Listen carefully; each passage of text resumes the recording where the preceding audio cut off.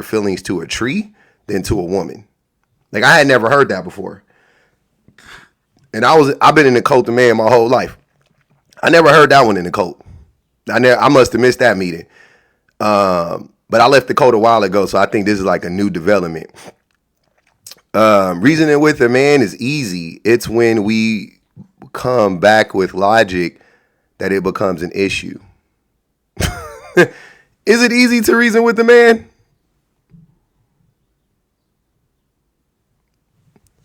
I will invite you up. Let's have that conversation. Let's see how easy it is to reason with a man. Let's put that theory to the test right now. MTG. What's up? So you think it's easy to reason with men?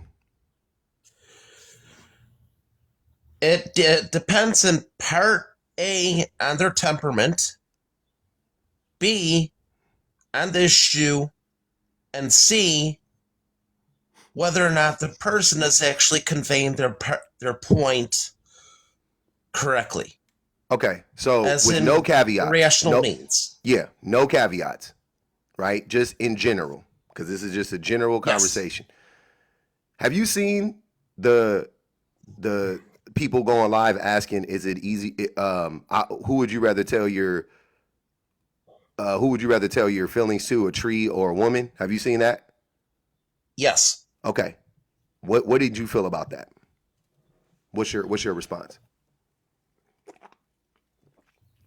I feel like you have to trust your partner enough so that you can share your feelings, but once you violate that trust factor with your feelings, it's over. You can't trust So that just person once with again, them again. I got you. I'm not even asking for like we'll unpack it as we go, but I just want to know, do you understand, like when you see that question, what was your response to it? That's what I'm asking you. With a lot of people, tree. With women specifically, this and we're only a minute into this conversation already, and it's already difficult to have this conversation with you. Like you can't give me a straight answer, so it's already shaping up like what you're saying is already not making sense, right? I'm asking you yes or no questions, and you have to like give me all of these like caveats and like I'm not asking that. So I'm just asking you when you read that, it asked specifically, would you rather tell your feeling to a tree or a woman? You said to most, compared to most people, a tree. I didn't ask you most people. I said women specifically because that's what the question asked. So how do you feel about Tree. that? A tree. Okay. So you think, as a rational man, you think it makes more sense to tell your feelings to a tree, meaning just tell your feelings to nobody and hold them in, than to tell another human being.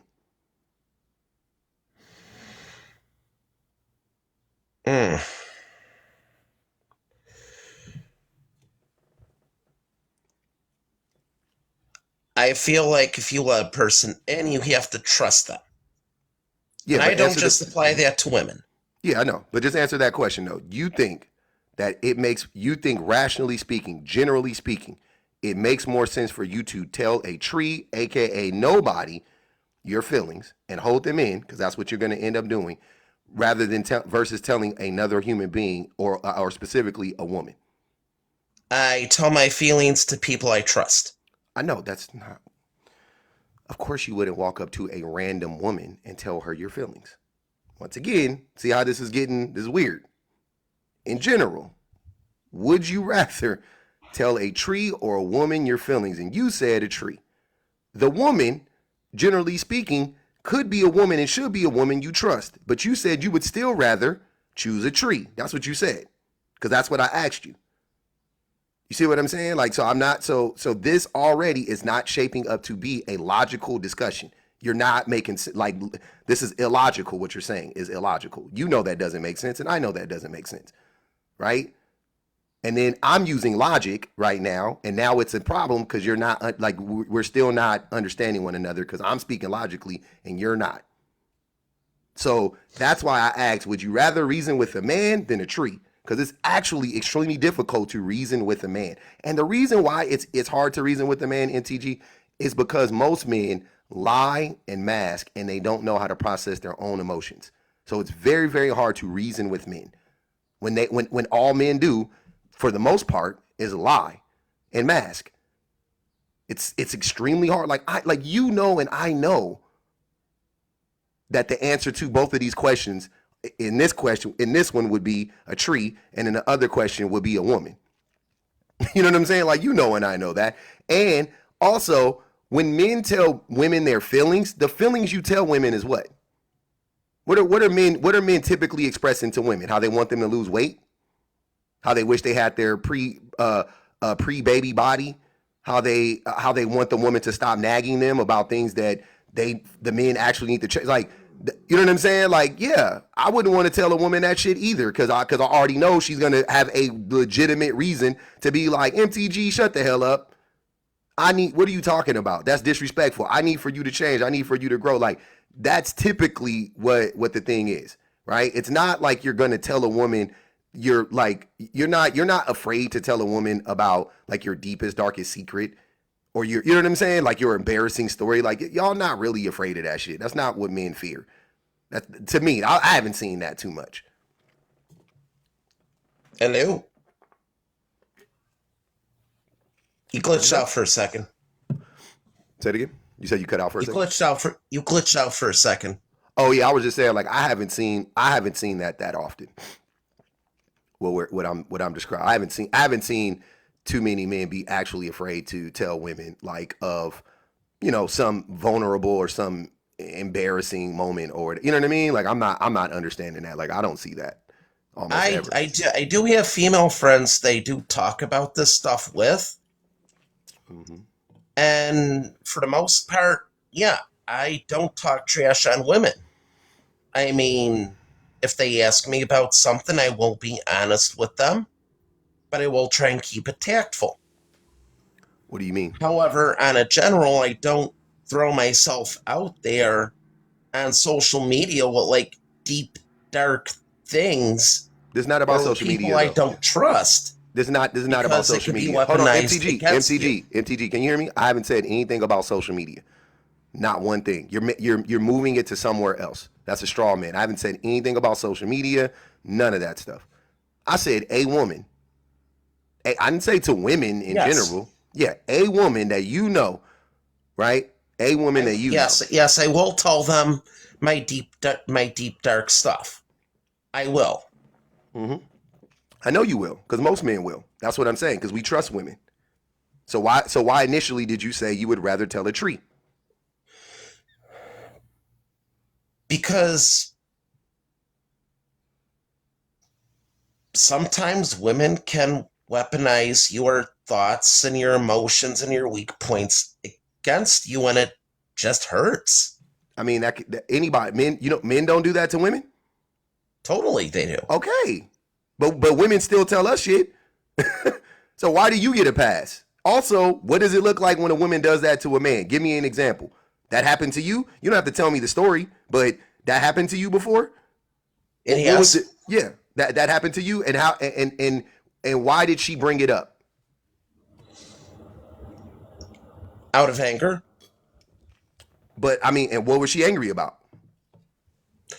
That I can't remember specifically, but it definitely was probably something that you did. Yeah. So typically, typically what happens in those instances is, because I used to think like that too, the way you're talking. So typically what happens is that I'll give you an example for me personally, because I don't give a fuck. Y'all can't never spray me with my own tea, as Kay would say. My wife knows everything about me, right? Like 99% of what, the shit that I've gone through, yada, yada, yada, right? Okay. So my wife we'll be in an argument, and she'll be like, that's why, like, she'll say this to me. She'll be like, even your brother says this about you. And that's why it's hard for you to have a relationship with your dad, or, whatever the case may be, right? And in the moment, it hurts. Don't get me wrong. In the moment, it sounds like she's trying to weaponize it against me. But in reality, what she's trying to do is she's trying to draw parallels to help me understand what the fuck is really going on. That it's not like, because I'll be trying to gaslight her and make it seem like it's just a problem between her and I, as if maybe she is contributing to the problem, when in reality it's all me. When in reality it is a problem, that it is an issue that I have. And she's like, you see, you have this issue with your brother, you have this issue with your mother, you have this issue with your coworkers, and you have this issue with me. So why are you acting like it is just a me problem? It is not. It's not just an us problem. And men, a lot of men will take that and act like that is some like attack on them, when it's not. The only thing that upsets you is that she was right. Because if you thought about it for 5 seconds, you would be like, okay, that makes sense.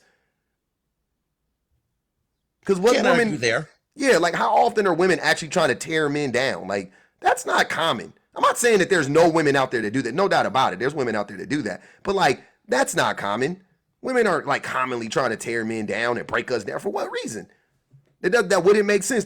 Women are, typically speaking, most women are trying to build you up. They're trying to make you a better person. That's the thing. That's why that idea that women are trying to weaponize your emotions against you doesn't make sense. Because I'm like, almost every single woman I've ever come in contact with, whenever we got close enough to, you know what I'm saying, to like, you know, like she actually cared about me, she would always try to build me up. She would always try to like call, you know what I'm saying, like just, you know, let me know like, hey, that's not cool, or maybe I was treating her a certain way and I don't like how you're treating her. Whatever the case may be, it was always about growth. And it wasn't like they were doing it even consciously for that reason, but it ultimately inevitably led me to grow up. Right. And like so many times, like just the things they'll be like, yeah, I don't really like when you do blah, blah, blah, blah, blah. And I'm like, oh shit. Okay. You know, I could not to say I always listen, but just like, you know, fair enough. You know what I mean? It was never like they were trying to tell me to stop doing things that were like good, or they wanted me to change like a good part about myself or something that I did that was productive. It was never that. It was always stuff that I did that hurt them. And they would be like, can you stop doing that? Or stuff that I was doing that was hurting myself, or I wasn't growing myself. You know what I mean? Like, and they would just be like, can you stop doing that? Like, that's not productive. And I'm like, you know, 99% of the time, stop nagging me, stop nagging me. But in hindsight, like when were they trying to tear me down? I've never met a girl that tried to tear me down.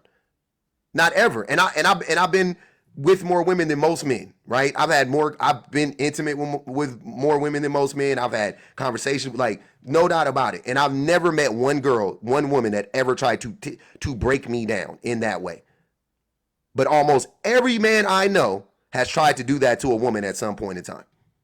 Every man I know, me included, almost every man I know has tried to break a woman down at some point in time. So I'm just not understanding where to me, it's just a lot of projection from men. Like, because we do that, so we assume every woman's doing that to us, but like they're not doing that to us. If they were doing that to us, we would never be with them. We're not strong enough. Look, we're not strong enough to be with a person that makes us feel the way that we make women feel. We would never tolerate that. We literally would not be able to cope in a relationship.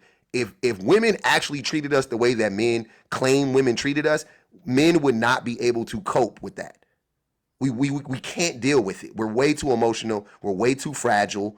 We're way too weak for that. Like, we could not do it. We would run for the hills. It would be men on the app talking about, I choose the bear. You know what I'm saying? Like all the men would be on the app like, no, I choose the bear. I choose a mountain lion. Like, I'll lock myself in a cage. I would also believe the statement that men said about I would rather tell a tree than a woman. Like, I would, if that were the case, I would actually believe that statement to be true. You see what I'm saying?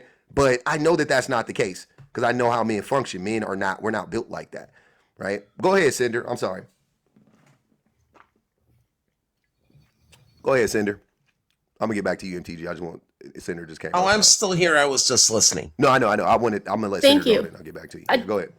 I do want to thank MTG for pointing out how often women are painted into this corner, where we try to engage with a man and they give such disingenuous, almost weaponized stupidity or incompetence, and we never get. You ask, what's wrong with you today? How can I help? And we get the word salad that just came from MTG instead of real engagement. And I do want to say, to your point, If men chose the bear, women would rally. We wouldn't be out there doing all that hate that we saw with the men. Especially when they kept saying things like we didn't phrase it right. A man phrased this question. Women didn't throw ourselves into this. Yeah. Some dude like MTG got all upset and got a microphone in his hand and got paid to go get hits. No, actually, Threw us into the fold. the guy who asked the question was actually pretty cool. He like talked. He was. He knew the answer why. He wanted to show like what was really going on. He wasn't trying to like paint women. You know, he wasn't Right, trying to but like. a lot back of men to are his corner. saying that women didn't phrase it and that's why they can't do it. They didn't look at who actually asked the question. They kind of just turned it on its head and said that women were the problem in the whole equation and we never asked the question. Yep, that's facts. Yeah, the whole man v bear thing is so vague. So many ways to spin it. Too many. Is it? Is I mean, it? just verbiage wise. Seems like it's like one. Just verbiage wise. Just verbiage wise? What do you mean? There's literally Yeah. only one way to. What do you mean? Okay, the original question was if you were stuck alone in the woods, would you trust a man or a bear? That's not what he said. Mm-mm. That wasn't the question. The original question was if you were would you rather be in the forest with a bear or a man? Okay. That was the question, just like that. Okay. Okay, so that's how it was put. Got it. Would you rather be in the forest? Doesn't mean you're going to run into either. It's just like going into the forest knowing that there's going to be a strange man in the forest or a bear in the forest. Which one do you feel more comfortable with? That's another way to frame it, right? And the majority of the women said a bear. And here we are, 3 months later, still yapping about it. Yeah. 3 months later, or however long it's been, we're still talking about it because for some reason, men just refuse to understand that it was never about the bear. Oh, I totally understand what's about. What Like- is it about? It's like, from a woman's perspective, it's like men can be creepy as fuck. Mm-hmm. It's like you don't know whether or not they're actually going to say, hey, are you lost? Do you need help? Or are they going to say, oh, there's no cameras around and do sus BS? Mm-hmm. So I totally understand the point. Yeah. I choose not to be a scumbag. Like, Yeah, the bears are more predictable than the men, right? Oh, yeah, that's definitely. the point. Yeah, and we all know that bears are stronger than men, and bears are can be more vicious than men in certain ways. But there is a predictability factor that makes you feel comfortable when you know what I'm saying. It doesn't because with the bear, you don't know if the bear is going to attack you just because you see it. You know what I'm saying? Like more than likely, the bear still isn't going to attack you just because you run into it. It's still, you know what I mean? Like it's like Yeah. like a lot of people encounter bears all the time. You know what I'm saying? I'm in California. Yeah. There's bears. Well, I've seen them when you go to Monrovia. There's bears there in Pasadena. There's bears. There's bears just walking in the neighborhood. Like I see coyotes in Long Beach in the morning. I've ran into coyotes. They run away from me. I've never had a coyote approach me. I know this is your thread, but I also feel it's diverting off the topic that you posted. Is it? Well, it went from man or tree to man or bear, which diverted from the original topic. No, it's the same. It's in the same vein, but it's also just an exercise. So, it's showing how having these conversations just shows how unreasonable most men are. You know what I mean? So sometimes you just have to have the conversation. You gotta have a conversation about anything, and we will, we will see how unreasonable most men are. Now, obviously, not every man is unreasonable, and not every man is illogical, right? We understand that, but most men are that I encounter when it comes to stuff like this. I got to be very specific. When it comes to stuff like this, most men that I encounter are very unreasonable and unrealistic, and not and illogical. The vast majority of the time, and the reason being, to me, it's because men have to lie about this stuff. Like we have to lie to ourselves about this. So inevitably we end up lying to everybody else about it. That's the problem that I run into. Cinder, I appreciate you coming up. I'm gonna rotate you out. That's the problem that I run into all the time is how many men how tough it is for men to how tough it is for men to be honest about these things because because as a man we would have to take accountability. So we can't acknowledge who the real problem is. We can't acknowledge what the real problem is. So instead we lie and we say, well, there's a lot of crazy girls out there, and I'm like, okay, there are, but have you ever met one? Like I'm not saying that oh yeah, all these women are gold. I mean, there's a bunch of gold diggers. Okay, have you ever met a gold digger though? Have you ever been? No, I've never met one. Okay, like it's always something like it's like stuff that men are never actually victims of. But then when you flip it around and we talk about the things that in the ways that women are victimized, the vast majority of women will be like, "Yep, that happened to me. Yep, that happened to me 10 times, 5 times, 7 dudes, 9 dudes, 11 times." Right? And then the men and then in response to that, the men will double down on the ignorance and say, "Well, you should have chose better." But it's not all men. Like, what?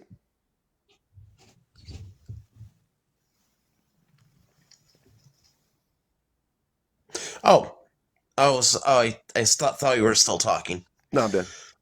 All right.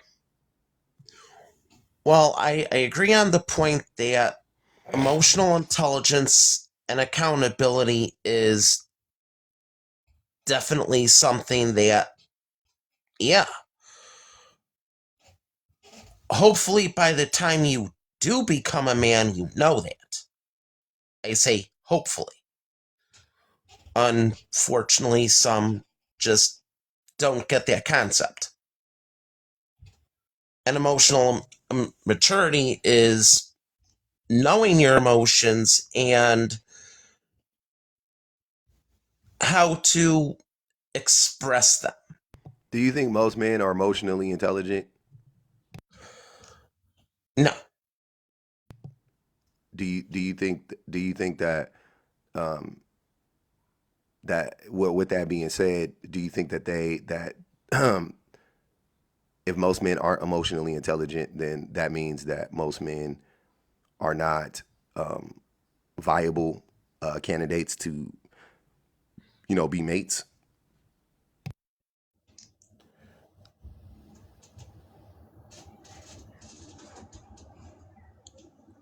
Emotional intelligence can be learned if a man can be accountable to himself.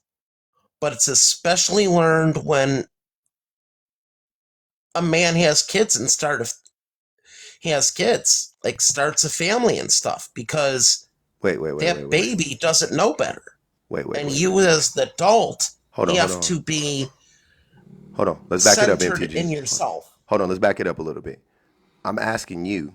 So basically, what you're saying is that women should sign up to be with men who aren't emotionally intelligent in hopes No, that they shouldn't. that's what I just asked you. I just asked you. I said, should men should if most men aren't emotionally intelligent, then are does that also mean that, or do you believe that most men are not viable candidates to be mates for women?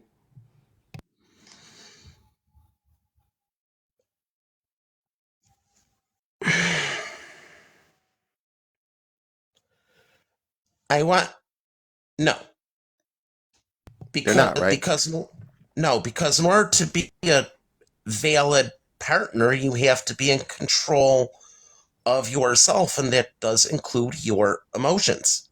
Yep. So there you go. So if I said that most men aren't good men, would you agree to that?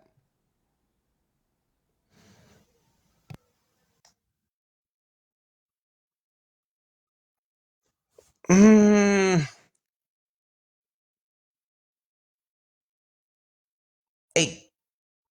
can't say yes and I can't say no. I can say men try to be good men, but sometimes we're not. Hopefully, we are. So most men aren't good men because most men aren't emotionally I, intelligent enough to be you because you have to be emotionally intelligent to be a good man or a good woman. I And since feel most like men are, most men try. they don't though. If most men tried, they would actually be emotionally intelligent. Most men don't try to be emotionally intelligent. They don't try to learn it. They try to That's on mask. them then. I mean, yeah, As that's in on the them. individual. Yeah, that's also on the group. When the group, because Sadly. because a group Sadly. of men also tell other men and yeah, they oppress other men and they don't they make it hard for other men to be emotionally intelligent. You're So, referring to the red pill people. oh no, way before them. That's just a new movement, but way before the red pill movement, there misogyny has existed for a long. The cult of man has been around, for 10,000 years, if not more. You know what I mean? Men have been in a cult for a long time. Yeah. They just call it red pill now, but it'll be something else in 2 years. But it's Yeah. always misogyny. That's all it is at the end of the day, right? But hey, MTG, I appreciate you coming up, brother. That was a good conversation, man. Um, that's crazy. That's crazy. That's crazy. Mm-hmm. That wasn't boring to me. That was interesting to watch a person in real time. Yeah, that's always interesting to me to see to witness that in real time. But just keep in mind that the reason why I brought him up was he because he was saying that basically he disagreed with this and was saying that men are reasonable. That's what he was saying, that men are reasonable. And I was like, interesting, because that sounds crazy. Men are not reasonable. I don't know, interpersonally men aren't reasonable, and uh from a societal standpoint men aren't reasonable, and politically men aren't reasonable. Like on what level are men reasonable? What about the world? How can you look at the world and say that men are reasonable? Look at the state of the world. You know what I mean? How can you take a step back, look at the world, look at your living conditions, look at my living conditions, look at everybody's living conditions, and then say, yeah, man, men are reasonable. Like what? What makes you think men are reasonable? I mean, and if you wanted, like I said, if you wanted to apply that to, like, you know, like a large, you want to apply that to a specific group of men and say, okay, that's just that specific group of men. And then okay, cool. Now let's talk interpersonally. And then you listen to conversations like the one I just had. And then you still walk away going, yep, men are reasonable. I don't know. I'm not able to track that. That doesn't make sense to me, but it makes sense to somebody. It's making sense somewhere to somebody, right? Um, mm-hmm.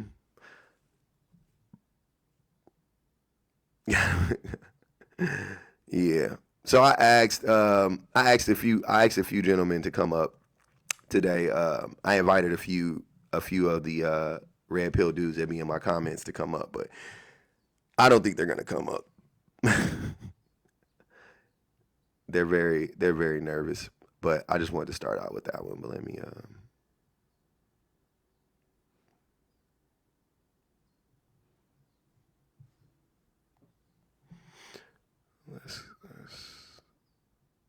yeah, I asked some new ones. They be running, man. The new red pill dudes, the old red pill dudes, and all the red pill dudes in between be running. They be running for their lives. Yeah, but I just wanted to get that one off real quick. That was just a funny. I just got tired. I just got tired of seeing that seeing that dumbass prompt. I got tired of seeing that dumbass prompt every day. And when I was just perusing the lives, I was like, this might be the dumbest prompt I've ever seen. This might be the stupidest prompt I've ever seen. This is crazy. It was definitely the dumbest prompt I saw last week. It was definitely the stupidest prompt I saw last week. No doubt about it. No way around it. But anyways, did you see the stitch of you from Old Boy? Send it to me, Sean. I love when they stitch my videos. I love when the fellas stitch my videos. That shit is so funny.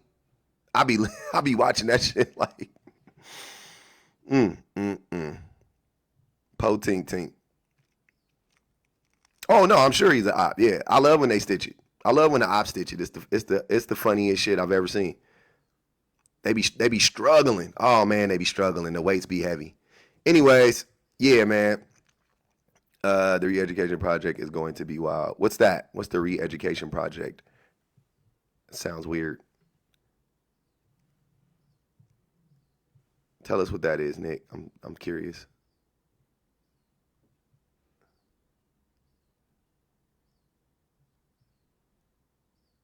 I don't know what that is. Hey Nick, what's the re-education project? What's that? Hello? Can you hear me? Yeah. Okay. Oh, it's a joke. It's sort of a leftist joke. Oh, okay.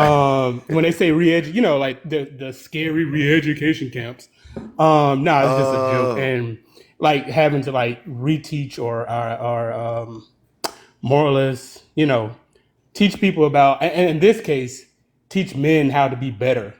That's what I was referring to on that. So I was just joking about that. I got you. No, I hear you now. I mean, it's not a joke, but it's good. No, I got you. I got when you said it, I was like, oh, I know exactly what you're talking about. Yeah, I know. Gotcha. The phrase sounded familiar, but it didn't click all the way. I was like, re-education. Yeah, okay, I got it though. All right, bet. Yeah. Good looking. No. Oh, my bad, Farmer. I'm sorry, bro. I thought we was done. My fault, folks. You may address me as sir. Yeah, brother, come on up, man. Let's have that conversation. I need to know what's going on. So yeah, this is what I actually wanted to talk about this because I had a conversation. I do that all the time. You're deaf? Oh, okay. Interesting. So you read captions? That's cool. Anyways, you can't afford a traditional wife. The true cost and value of a traditional wife. I really want to talk about this because, man, I can't even tell y'all how many conversations I've had with my friends about this concept, about this idea of a traditional wife. But I really want to get into it a little bit more because I don't feel like a lot of men actually understand, what it actually costs to have a traditional wife, like money wise, right? They really don't know how much it costs to have a traditional wife. And when I say that, I say that because a lot of men think that, a lot of people, women too, a lot of women think this too. Don't get me wrong. This is not something that only men think, but a lot of men think that if you just because, like, okay, so I know a man that makes like $60,000 a year and his wife stayed home for a long time, right? And they struggle financially. You know what I'm saying? So just because your wife chooses to stay home and struggle doesn't mean you actually can afford to have a traditional wife because you can't. When I say afford, I mean you can't, if you can't sustain a certain lifestyle, because they weren't living like that before, right? They didn't have that lifestyle before she was staying home. They had a better lifestyle. But if you can't afford to provide that lifestyle or more, I got you, Sean, I will. If you can't afford to provide that lifestyle for that woman or for yourself, even not just for her, but for y'all, if you can't sustain that lifestyle, and then some, and I'll get to the and then some, then you can't afford to have a traditional wife. You can't do it. Right? Hold on. You may address me as sir. I get that you're deaf, but if you could tap, then you could yap. I ain't gonna even hold you. So if you just gonna be saying weird shit in the comments in all caps, you gonna get muted because I don't believe that you deaf. Because you hearing something that you responded to. But yeah, so if you can't sustain or maintain that level, you can't maintain that lifestyle, then you can't afford that. You can't afford that. You can't afford to have what up, Serenity? You can't afford to be with that woman. Now, the reason why I say that is because, once again, even if you can afford for your wife to stay home or your girl, whoever, to stay home, right? That's only one part of the equation. That's only one part of the equation. Only one part of it, right? Y'all don't, but you guys have to treat that woman as an employee, right? And when I say that, I'm saying, A, you have to value her work, first and foremost. B, beyond valuing her work and respecting it, you have to pay her accordingly, right? Because she's providing a service for you. You have to pay her beyond, because look, man, if she was working a job, no job would only pay for her to have room and board. You see what I'm saying? No job would pay for her to have room and board, and that's it. Food, room, and board. Like, that's not it. That's not, it costs more money. She needs a 401k. She needs money to go shopping for herself, not just for the house. She needs money to go shop. Like, she needs to be able to live the same type of lifestyle she would be able to live if she were working. That's what I'm saying. And the vast majority of men can't afford that. You just can't afford it. That's it. That's all. I don't know how else to tell you that. You can't afford that. If you have a woman that is willing to sacrifice and put her trust in a nigga, right? Essentially, if you have a woman that is willing to put her trust in a nigga, okay, that's fine. I'm not gonna knock her or you. That's cool.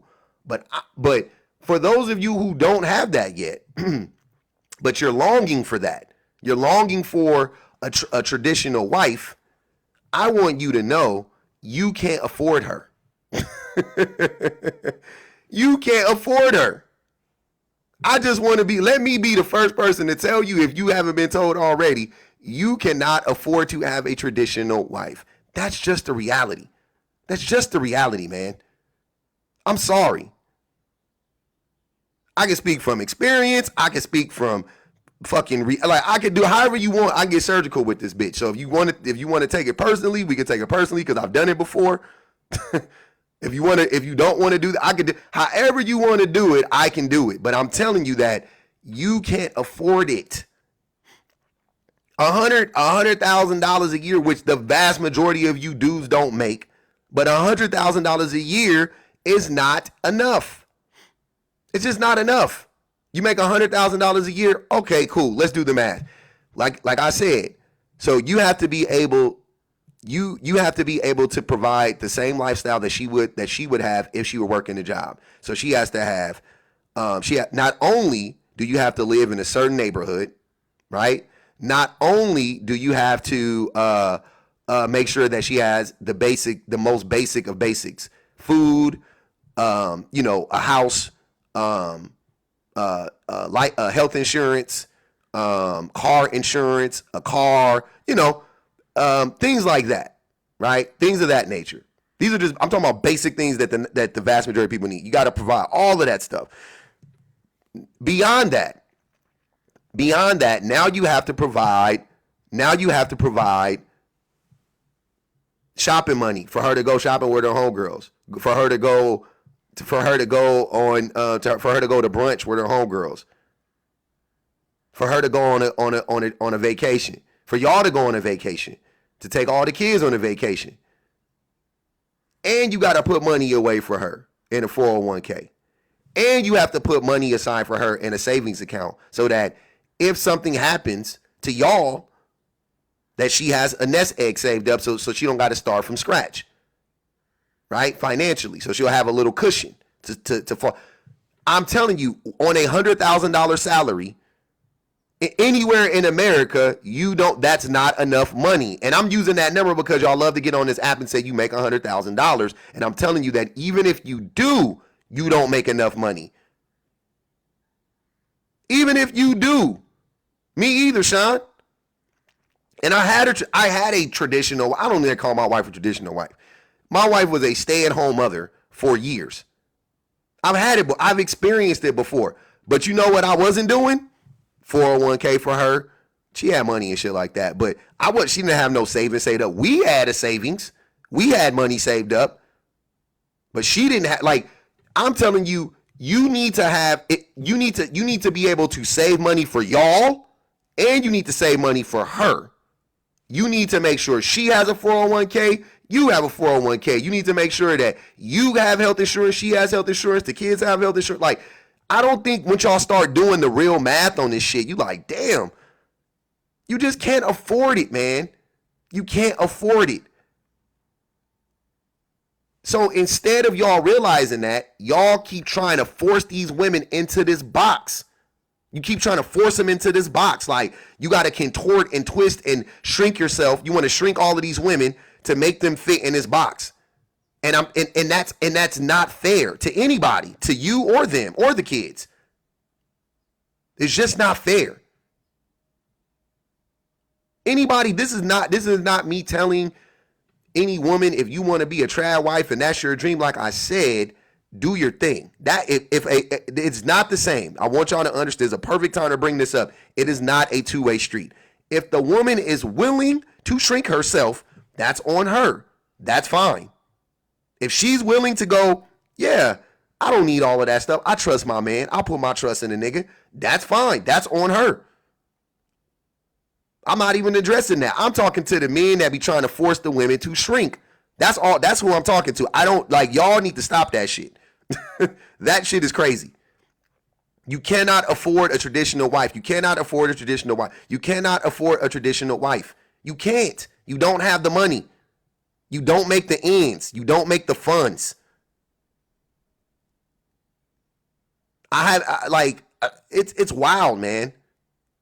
It's wild. It's really crazy how many men try to shrink the women and make them fit in this box. For what? For why? What up, brother? What up? Hey, what's up? In this society, I think any man that tries to take care of a woman, even if he could afford it, I agree with you. Most men cannot afford it. But even if you could, you're a dumbass. No lawyer worth his salt would ever advise a client to take care of a woman. Because she could leave you any damn time. And when she leaves you because you've been taking care of her, you still got to do it. So I agree with you. You can't afford to do it. But even if you can, you'd be a dumbass to even consider it.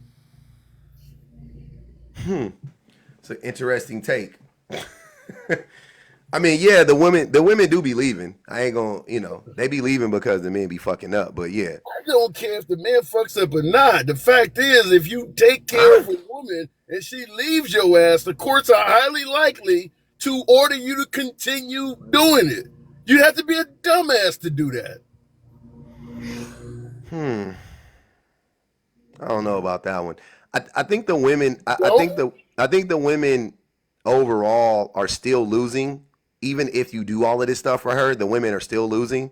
Once again, because I don't want to, like, I'm telling you, unless these women are marrying multimillionaire type dudes, like they're not, like most men aren't going to be able to match what the woman could make on her own, right? Like they just won't be able to do it. Right. So the women ultimately end up losing, and the men end up getting a bunch of labor out of the woman for however many years they've been together. And for them to get alimony, I think you got to be married for 7 years to get alimony. So for 7 years, the man was benefiting from her labor, and he was getting a rebate because he didn't have to pay. He didn't have to float her entire existence. He just, he just did more than the average, breadwinning husband or whatever. But he didn't actually. It's 10 years. Okay, so 10 years. My fault. So 10 years until you get. That depends on the state. That's not always true in regards to the years. But let me just say this in regards to you saying that he benefits from her labor. That's relative in terms of what you guys are doing. If you are a single, or better yet, if you're a housewife and you guys got 5 kids together, like, Marsha or Miss Brady or somebody like that, I get it. The woman's doing a hell of a lot of shit. But if you're like Anna Nicole Smith, the late Anna Nicole Smith, where you just married to one rich guy, and there's not a lot of labor being done. She spent all damn day shopping. Yeah. So can we not talk about the extremes on either end, because Jan Brady would be an extreme version, and also Anna Nicole Smith would be an extreme version. Let's talk about that. The average woman, what the average woman is doing, right? And the average husband is doing, like 2 kids. You know what I mean? Let's talk about 2 kids, house. You want no kids. A lot of folks are not having kids at all these days. What about no kids? What if you just got a traditional wife and y'all don't have any kids at all? She ain't That's doing rare. a lot of labor. Well, she is though. And I think she still is, and I think that, and here's what I was saying. Once again, men aren't acknowledging the contributions of the woman, and that's a problem. Like that's problematic. Like even if it's like you essentially have a personal assistant. If you think about it as a man, like even if you don't have kids, you have a personal assistant. You have a person that is going to. I mean, more than a personal assistant, because she's a cook too. She's going to cook for you. You have a cleaner that's going to clean up after you. You have a person that's going to do a lot of the mental labor in the relationship, do most of the emotional labor in the relationship. Like you have all of the, like the women are doing all of these things, and you're saying that she's not doing much. No, she's not. I'll tell you this right off the bat. If we were talking about during the days of Lucy Ricardo or the honeymooners, I'd agree with you when you got to go out there and wash all of this. We're in an automated society. Half of the damn things you do nowadays in terms of chores is just pushing a button. Give me that. Let me just say it this way. If it's so much work, ask a lot of men, would you be willing to let a woman take care of you completely and you do the housework? Damn it, I would do it in a minute. They wouldn't. First of all, the thing about that, the thing I've asked that question before, and the men wouldn't do it. This second, because this is the only, when they say, what they say? They say, yeah, I'll do it if my wife made $400,000 a year, and I'm like, me too. So for you to give up your job, the woman got to make $400,000 a year, but you want her to give up her job and you make 60. So no, they wouldn't do it. It has to be. I'm saying a 1-to-1. Would a man give up his livelihood and his ability to make money, right, to be provided for by a woman who makes similar money to him? Would he be willing to do it for the same, just an even swap? And 99% of men will say no. And a way that I know that is because of how society is built. Because if that were the case, men would be men created the society we're in. Men have the power to change it. And we could have easily made it to where women went to work in the did all the labor and all of that stuff, right? And the men stayed home with the kids, but we chose not to do that because that work is exponentially harder than the labor that you do outside of the home. The men knew that. The men who made the system, they knew that. They understood that. Here's where I think you and I disagree in regards to men not wanting to do it. And I agree with you. I wouldn't want to have a single income with a woman that's just making what I make. That's where I agree with you in regards to one person don't make enough money to take care of both. But I will tell you this, not that women are indeed out earning men and coming out of college at a higher rate than men. there is no shortage of dudes that do not mind taking up the homemaker role. There's a lot of men that are now doing that. So it can be done, but I agree with you. Unless you're making well into six figures, if you want to support that certain type of lifestyle, it's hard to do. But like I said at the beginning of the video, you'd have to be a damn fool to go out and take care of somebody because they washing dishes and vacuuming occasionally. As folks pointed out, whatever you're saying it costs to take care of a woman, just hire a fucking cleaner to come to your house once a week and do that shit. If it's just you, now if you got 6 kids, maybe. But if it's just you, go out and hire a cleaning crew to come to your house. You can order pre-prepared meals, and you don't have to deal with all that drama. That's stupid to take care of another grown-ass woman. You know what's crazy? Yeah. I think it's hilarious that men will so like easily diminish the work that women do, like so easily, right? Just like, yeah, these women not doing nothing, just vacuum occasionally and da da da da da. But then it'll be the same, like men in general are so thirsty for women. Why do men try to do all of these things? Literally, men created a system of oppression to oppress women, so that women, to funnel women to men, right? To force women to be with men. We created a whole system to do so. I don't think all modern day men are doing that. I mean, I didn't say all modern day men are doing anything. Hold on. I don't think all housewives are doing all those chores you're talking about. I know you, but you're not a housewife. So who are you to say? Right. You don't know what women do because you don't listen to them. You don't value what they have to say. I listen to husbands. And I know what do husbands? Hold on. Let's go back. Once again, here's where you go wrong at. You listening to other men like you who don't know shit about what the women do, right? But you do. And then y'all say the same thing. And I'm telling you from conversations that I've had with my wife. Am I not to believe my wife? My wife is lying to me. The thing she told me about the imbalance in the relationship, right? When I was thinking like you, when I was like, and it wasn't overt, mind you. It wasn't like I was like, she ain't doing nothing but vacuuming. It wasn't that for me. It was just like, I go to work, you do everything in the home, right? Like that was the thought process, because that's how most men think. And then my wife put it to me in a real practical way. She's a great communicator, and she was like, you go to work for 8 to 10 hours a day, you come home, you clock out, and you get to not do anything until you go back to work. You don't do a damn chore, not one chore. As a working man, you came home, you didn't do anything at all. Bro, I wasn't doing much because my wife did it all. She was doing it all, right? And then she was like, and my wife said to me one day, she was like, well, it started off like with her, she would just be like, hey, can you do this, whatever, just various things like random. I'm like, oh yeah, cool. And then it just got tiresome because she was just always having to like tell me to do something. And then she was like, look, I appreciate you working. I appreciate the money you bring home. This is not that, right? She had to, stroke my ego a little bit, how men are. And then she said to me, she was like, and then she broke it down and was like, you go to work 8 to 10 hours a day, you come home and you don't have to do shit. She was like, but I don't ever get a break. I'm always cooking. I'm always cleaning. I'm always with the child. I'm always doing and I was like, huh, okay. You're right. Cause she was doing all of that stuff. Like I saw her doing that. So I couldn't say, oh, you're not doing that. You just vacuum every now and again. Like, you see what I'm saying? Like, imagine having that conversation. Hold on. Listen. Imagine had I responded to my wife with the way that you just described what women do, the way that you diminish their work. Imagine if I would have told my wife, you just vacuum every now and again. Okay. Imagine if I would have told my wife that. This was 12 years ago, 11 years ago. Me and my wife would not be married anymore. I guarantee you, if I told my wife that one time, she would have left me.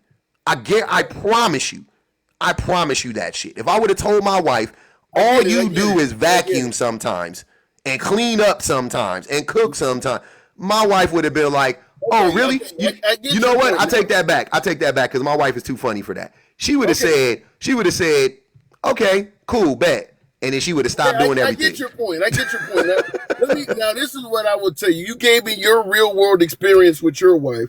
I'll give you my real world experience with my own mom. My mom was a housewife. She did not work. My dad worked for the phone company coming home from the Vietnam War and took care of us.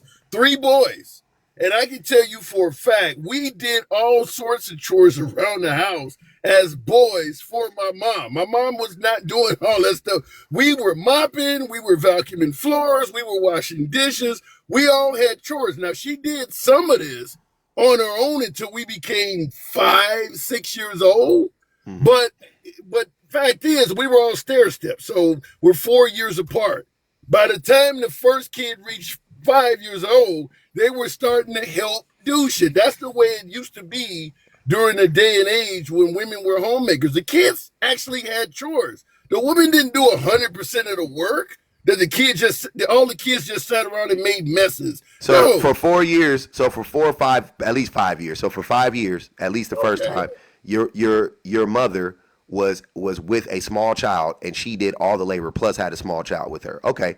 Then that child got big enough to help her, which we all know 5-year-olds don't be doing shit anyway. All right. But okay, and it probably was more labor for her to make sure that your Well, brother, that's just whoever speculating. was doing it. No, it's not disrespectful. Speculating.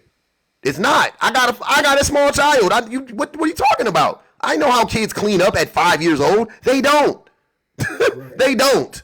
Like, let's be real. They don't clean up at 5 years old. Whatever. You're just trying to get them in the habit of doing stuff. They're not actually helping you out. Like, be fucking for real. So she had a 5-year-old. Now she has another young child on her hip. Another small child, which takes a ton of fucking energy, which you never get to put down. So now she's with another child, and she's still cleaning up the majority of the time with the small child, with the 5 or 6 or 7-year-old who ain't really contributing that much. Right now, this kid is now 4 years old. The other kid is 9 years old. Now at 9, maybe the 9-year-old can actually start to help. Like, let's be real. Now around 9, the kid could kind of start to help a little bit, really start to contribute. Cool. Now she got a 9-year-old and a 5-year-old. Right? Cool. And she has a newborn child again on her hip, all over again. She's taking care of this newborn kid while the 9 and the 5-year-old help her out with the shit in the house because she has a small child on her hip. Now that child becomes 5. Now she got a 5, a 9, and a 14-year-old according to your numbers, right? Cool. The 14-year-old can really clean. The 9-year-old can help somewhat. The 5-year-old still ain't doing shit. She still got to manage y'all, but that's 14 fucking years. That was 14 years of her doing that shit. And you just said she didn't do much.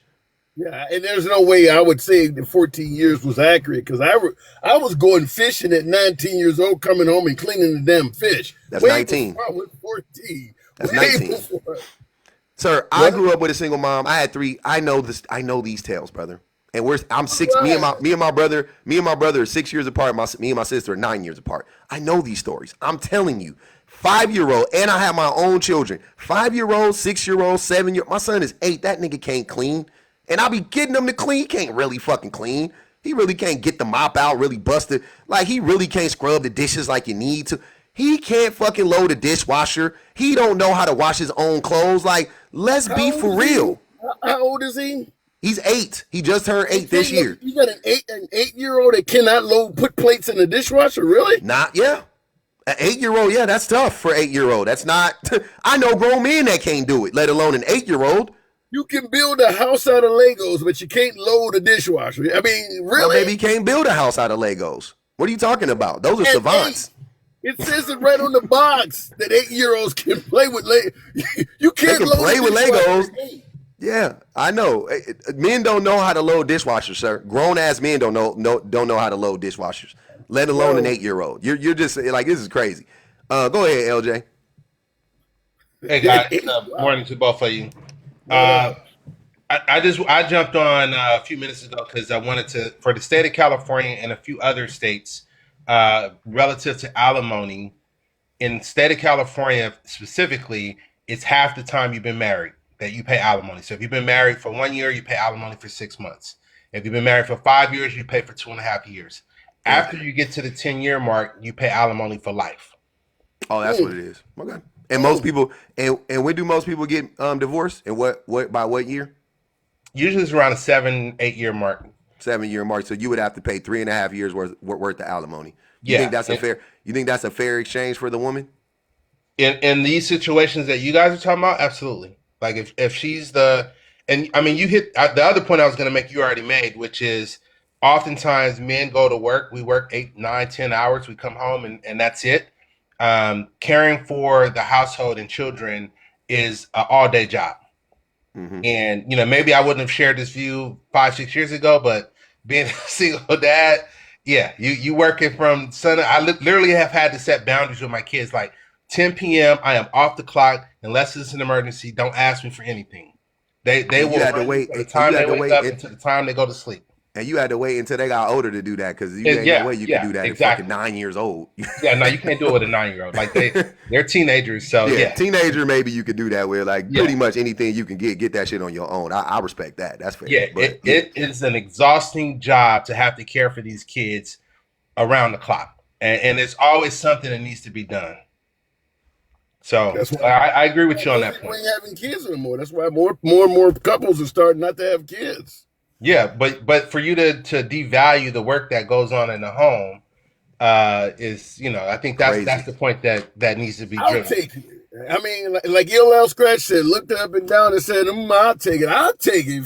If somebody would take care of me 100%, and I got to load the dishwasher, vacuum, and do whatever. also I want to be clear. Also I want to bring this up too. Most men who say that they would do the labor, like they would switch roles, they I wouldn't. can't get into stereotypes. I don't know. They what you're about wouldn't. to They wouldn't actually switch because they don't really know what it takes to do it. First and foremost, but and even if most men did, they would not.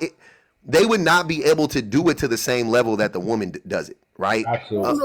I don't know if you guys So- realize that there's a lot of lazy ass women. All these women that are out at home working their ass. It's just like men can be lazy and come home and not These are do. just- There's these- a lot of women ain't doing every chore like that. You're just. I'm not saying that I'm not saying that every woman is doing everything. I'm Okay. saying that typically speaking, right? Most men would not be able to handle the labor that women do in the home. They just wouldn't be able to handle it. They don't. Most men don't even know. You said what, LJ? We don't want to do it. We don't want to do it, so we're not able. So even here's what I'm saying. I don't think he understands. Like I'm saying, let's say I give you that men will clean just as good as women clean, if not better, because men are physically more capable than women. So fuck it, we can clean better than women. Even we can cook better than women. Even I'll give you all of that stuff, right? Cool. But what about everything else that they do? That's the shit that I'm talking about. Like, Let me the house. respond. Hold on. The house would not run the same. The kids getting signed up for the sports on time, making sure that the snacks get brought to school on time, making sure that the reports are turned in, making sure that the field trip slips are signed, the doctor's appointments, the dentist appointments, just the overall caring of the child, like bringing when the child comes home and you're talking to the child and building the child and doing all that stuff and doing all that. That's the question. The hardest part of this is taking care of the kids, not the man. Let's say the couple has It's taking care of the man too. Hold on. Let's say the couple has no That's children. not true. That's not true. No, but let me ask you. I know. Hold on, wait. Let's Go say ahead. the I'll let couple- you ask the question. Go ahead. Let's say the couple has no children. What is she doing so hard that the man can't do? There's a lot of single men that live alone. What is she doing to make the house spotless that the guy can't do? It's not a matter of can't. It's we don't want to do it. We don't And want it. know- We can do it. Yeah. It's Yeah, not that we and can't. and we know that 95% of men, our identities are tied to what we do for work. Like that whole mindset of being a provider, protector, all that bullshit, right? So we know that most men are not gonna just willingly give up that role because it gives them a sense of power. And so it's tying into that patriarchal Appreciate system. you, Natasha. So Hey, like, I got it. the Hold on, premise of wait. men I wanting got to it. do it. It's just flawed. to me. Wait. I got something we got to add to that. So you asked that question, and the funny thing about that is that in the studies, right? Single women with children are happier than married women with children because it's easier to take care of just kids than it is to take care of kids and a husband, because the husband ends up becoming a big ass child. They mess up more than children. They and also it's just frustrating. Like like having kids is stressful. Hold on, wait. Having kids is stressful and all of that stuff. But like my son isn't like he's not a negative on my wife's life. Like he builds my wife up. You know what I'm saying? He says crazy, kids to say like, I don't like it here anymore. Whatever. We know that happens from time to time. But, the mothers know that they're just fucking kids, right? So they don't take it. So most mothers know, most parents know that they're just kids and it's not personal. Because the next day they'll tell you that you're the best parent ever. And my son has more of those days than not. He has more of the days of him telling us that we're the best parents and his mommy is the best mommy ever and he loves her to death and blah, blah, blah, blah. He's also not gaslighting her. He's also not manipulating her. He's not abusing her. He's not neglecting her. So there's a lot more, they get a lot more poured into them from the child than from the man. The man doesn't pour into the woman the way that the children pour into the mother, right? So when you say what are women doing? Women are being drained by men, right? They're having all of their value extracted by the man, and then and the life drained from them by the men, right? And then you get on the internet and say, what is the woman doing? I mean, it's like, what? You're getting the life sucked out of her by this guy. If women were this valuable that you could drain them and all that, you would have more men eager to get married. Men are like Al Bundy. They don't want to get married. You're wrong. You're wrong. Men don't want to get married because they think because they have been convinced that marriage hurts men. Right, but and by the way, convinced by who? They've been convinced by other men. They've been convinced by other men like you. Men who have went down that path and realized that shit ain't that great. Those men be bitter. Those men be bitter. Those men be bitter liars. Why would you listen to a bitter man about anything? A bitter person. I don't listen to bitter people. Bitter people are not object. Listen to what I'm saying. Bitter people do not speak logically. They're bitter. So why would you listen to a bitter person? If that happened to you, you got on here and right off the rip said some bitter baby daddy shit. Like, I would never sign up for that, blah, blah, blah, blah, blah. You sound bitter. They all are bitter. That's how we looking at it. Men are just bitter. Yes. Men be in the relationship bitter, let alone outside of it. Men be in the relationship bitter. Like, nigga, men be in a relationship mad the whole time, soaking the whole time, upset the whole time. What do you think is gonna happen after she leaves that motherfucker? How do you think he gonna grow up and he gonna change and be happy now that she's gone? No, he triples down. Now he's even more bitter.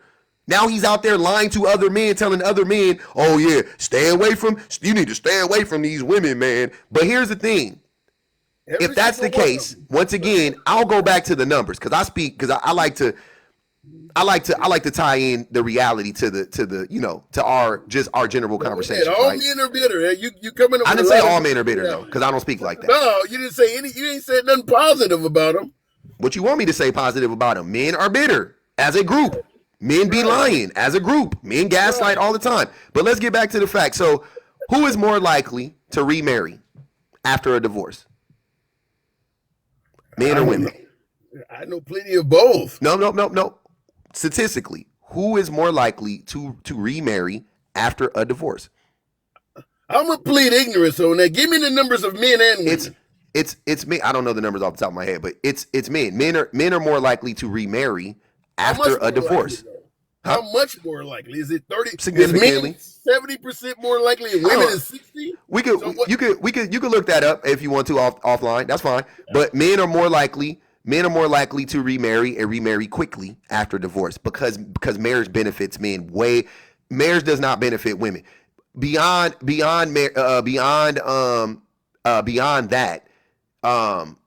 long-term relationships don't benefit women at all. Like marriage, marriage gives a certain level of protection to women. That's all, and kids, right? That's what it does. It gives like a certain level of protection to kids and to women, but it doesn't benefit them. It's not a net positive for them. But just long-term committed relationships with a man, the most that shit there, bro, is I don't understand how women are signing up to be in long-term relationships with men at this point. I don't see why men are doing it. I agree with you. Marriage benefits men in terms of married men typically live longer because they don't do dumb shit like go out and race and do stunts and shit. They live long. They go to the doctor because their women urge them to go. Mm-hmm. So married men do live longer, but when you talk to married men, they are far less happy than single guys. That's not true. Married guys, That's made up. hell, oh yeah, that's definitely true. That's made Married up. dudes. Go That's ahead. made What'd up. you say? That's just made up. Oh, it's made up, huh? They just make Let me it ask up. you. Let me ask you a question. When you, out of all the serial unalivers and all the guys who just walk in and start pewing up, random places and mass unalivers, things of that nature, what percentage of them were married men? They're young. They're usually single guys under 25. Okay, let's keep going.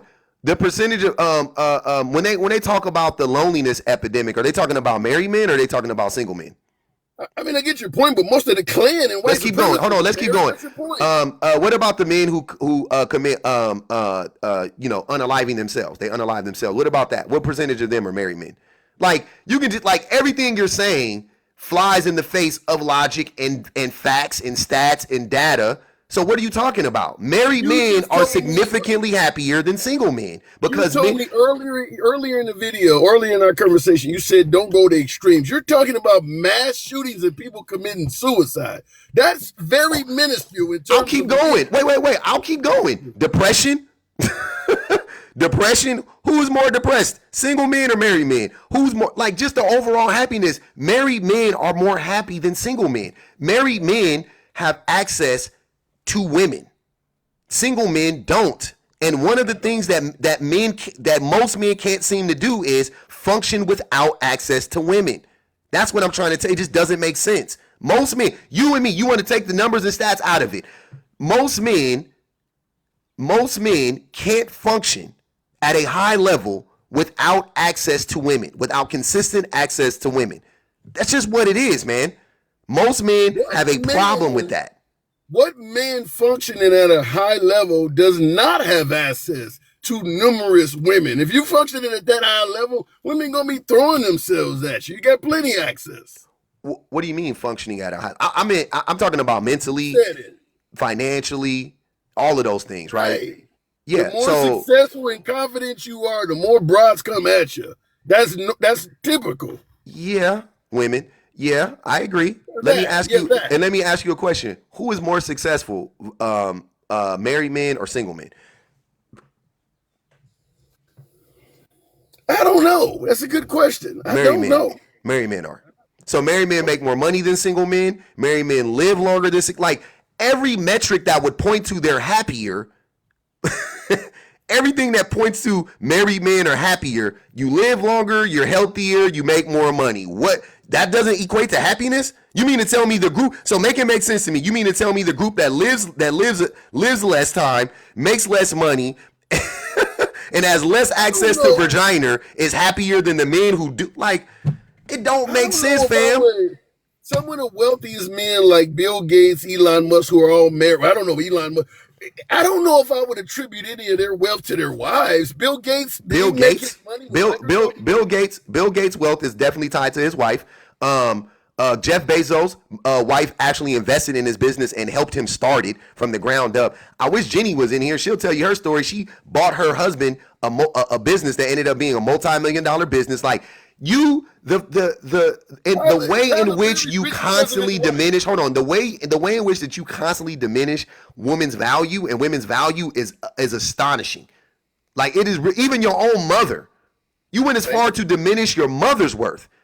Thank you. That's like, sir. And it started with her. Republican. You Not a basically liberal. said men tell nothing but lies. They don't do anything. I didn't say. Yes, you up here lying right now. Look, you're proving my point. You're up here lying right now. You're up here gaslighting me right now. So what would make you think? Why would I think that men are so honest and so forthright if the vast majority of the conversations I have with men end or at some point in time start with men gaslighting me and trying to lie to me? What other conclusion can I come to? I don't see where you're being gaslighted. I think we're having a conversation. I just think you're crazy on what you believe in, and you think the same of me. That's gaslighting. When you tell a person they're crazy for what they believe, but what they believe is actually true, you're trying to make me seem like I'm crazy because I just gave you actual facts and stats to support what I'm saying, but I'm crazy when you can't do the same thing at all. Nothing you say can start with can start with statistically. You can't say that, right? So everything you say starts with, well, what I've seen. And I'm telling you that, and I can do that too, and I've been doing that. I've been vacillating between the two because there's a thing called objective truth that just the majority of people will attest to. Like when we ask, hey, let's take a poll. How many women in here have been SA'd? I bet you, I don't know what the numbers are. I'm sure the numbers say 1 out of 4 and 1 out of 5, but I bet you if you just polled like women in general, it would be way more than 1 out of 5. It'd be like 80%. I believe that. I believe that, but I also believe that there is a lot of men that have been accused of sexually assaulting a woman and didn't even know they were doing it. Like, I mean, it's up to the woman to decide that. I mean, Sir. Take your time. Go ahead. Sir, Take your time. sir, hold on. Hold on. You got to get that red pill out his hand. Hold on, sir. Hold on, sir. This crazy. Did you just say, hold on. Yeah. That men, is that supposed to be an excuse? Because they didn't know that they were SAing a woman? Is that supposed to be the excuse here? Let me clear it up for Okay, you. a please little. clear that up for me. Let me clear it up. If I'm laying there asleep and the woman pulls the cover back on me, and I know your audience is like, no woman would ever touch me because your audience is bashing the shit out of me. But let's say a woman pulls the cover back and she wants to have a little bit of hanky panky, and I'm like, baby, I'm tired. No, and she touches me somewhere. No, surely you can wait. Surely you can go a little bit, can't you? Can't we just do a little? She's assaulting me. She's went past the no stage. Men don't complain about that. Women do. There is a reason why there are more sexual assaults on women. I'm not saying men don't do the shit, but there's a lot of male victims of what females are calling assault that don't complain, just like with domestic violence. Most male victims don't complain as easy as women do. Women But how does that complain- negate what? How Hold on, does let that him finish, negate- LJ. Let him finish. Let him land his plane. Hold on, let him land. You can go right after he go. Go ahead, go finish. Yeah, women will even complain about verbal abuse and list that as domestic violence. Men don't complain about that shit. Nobody takes that serious. If a man cheats on a woman and she smacks him, damn it, he deserved it. But if it's reverse, it's domestic violence. So it's a difference. Plane landed. Go. You can go, LJ. You landed it, but not on the runway. Like how does that how does that negate what Public That said? was good. That was actually good. How does that negate what Public said when he's like, you're basically invalidating the experience of every single woman that's been SA'd when you do the whataboutism. Well, what about this? And what about when it happens to me? Like, you're totally invalidating the experience. And it's just wild to me that a man of your, like, you are on this platform daily speaking to people. And so I know that you have a level of awareness that exceeds most people. And it's just mind boggling that you hold this view. This is some I crazy do shit. because Hold on. and I'll tell you, Go ahead. yeah, I do because I know guys who have been wrongfully accused of SA. I mean, I know people that, and we care about women that are Here we go. abused. We care about, if a guy is accused of wrongfully hitting a woman or wrongfully, nobody gives a damn about that dude. I know people that's been a victim of it. Now, I know it's not as big of a number as women who are actually victims of sexual assault, but their lives matter too. I know people who have been wrongfully accused of shit. Should I ignore that? No. But can I? But I we got, do. I got We so do much in to- society. We do We ignore don't. it. We don't. Yeah, we do. We don't. When women look, two things. When women are actually vindicated in the case like Cassie, I gotta mute up real quick. You got a lot of noise. When women are vindicated, when women say that they were assaulted, and then they're actually vindicated with a recording or a video or something like that, which almost never happens, but when it does happen, the same men who were saying that Cassie was doing it for a money grab and it didn't happen and we don't believe you need more people, they then pivoted and said, yeah, okay, it happened and Diddy's a monster, but she also was in it for the money. She was a gold digger and she deserved what she got. That's what those same men said, right? The same men who were before the video came out, Before the video came out, the women, those same men were up there going, "Oh yeah, you know, we don't believe you need more people, Cassie. It's just a money grab." Boom. Okay. Then the video comes out. She's vindicated. Why aren't y'all just as loud? Why aren't y'all coming out saying, "Oh my bad, I didn't. I didn't. I thought maybe she was lying, but hey, come to find out." And moving forward, I'm going to start to believe more women because, damn, I had no idea. Nope, that didn't happen. We pivot and we still figure out a way to blame the victim. That's what happens most of the time. That's when the woman actually is telling the truth and it's proven. That's what happens most of the time, right? Now, let's talk about when it comes out that the woman actually lied about it, which is fucking rare. When it is proven that the woman lies about it, she is punished. She is utterly punished by society and sometimes by the system. And you said you know a lot of dudes that are falsely accused. I don't know how that could be the case. I don't know. If you know, for every one man you know that was falsely accused, that means you know 10 dudes that were that actually are abusers. Just keep that in mind. So if you know 5 dudes that were falsely accused and you know 50 dudes that did it, just keep that in mind because that's how the numbers work out. But I personally know a man that was falsely accused. And I talk about his story on here. I went to high school with him. His name is Brian Banks. You can go look up his story if you haven't heard it. Brian Banks was falsely accused. He his lawyer caught the woman who ended up being a woman now, but she was a teenage girl when we were in high school. I knew the girl. I knew him. We played football together. We played sports together. I knew Brian as a child. I was a child too. I was 3 years older than Brian. Brian was a standout athlete at my school. I went to Long Beach Poly. He was a fucking great linebacker. He was about to go to USC. He was already committed to USC in the 9th grade. He was a fucking beast. He was going to go pro. We have over 300 people that have gone pro from my high school. Brian was going to be 301, right? All of those things, right? The girl, he got caught kissing the girl on campus by a school official. It spiraled out of control. The mother of the girl, not the girl herself, the mother of the girl concocted a story to get money out of the city. They ended up charging Brian with SA. He went to prison for a long time as a kid till he was an adult. The woman ended up admitting on camera, not on camera, but a recording that her mother made. She told the whole story from beginning to end. She didn't know she was being recorded. The lawyer ended up taking him. That's how Brian got exonerated. Right? That woman has to, because her mom, by the way, her mom was the one that did the whole thing. They got $2.1 million from the city of Long Beach. She has to pay back that money. She got punished. It did not go unnoticed, sir. It did not go unnoticed. And she is a pariah right now. Her and her mother are pariahs right now. I'm telling you. So what you're saying doesn't make sense. When women accuse men, when women accuse men and are actually proven to be guilty, the men are proven to be guilty, the women are still pariahs. When the women accuse a man, that's what you call punishment. He did more prison time for the accusation than she did for the actual crime. It is beyond the statute of limitations. What are they supposed to do? This shit happened 20 years ago.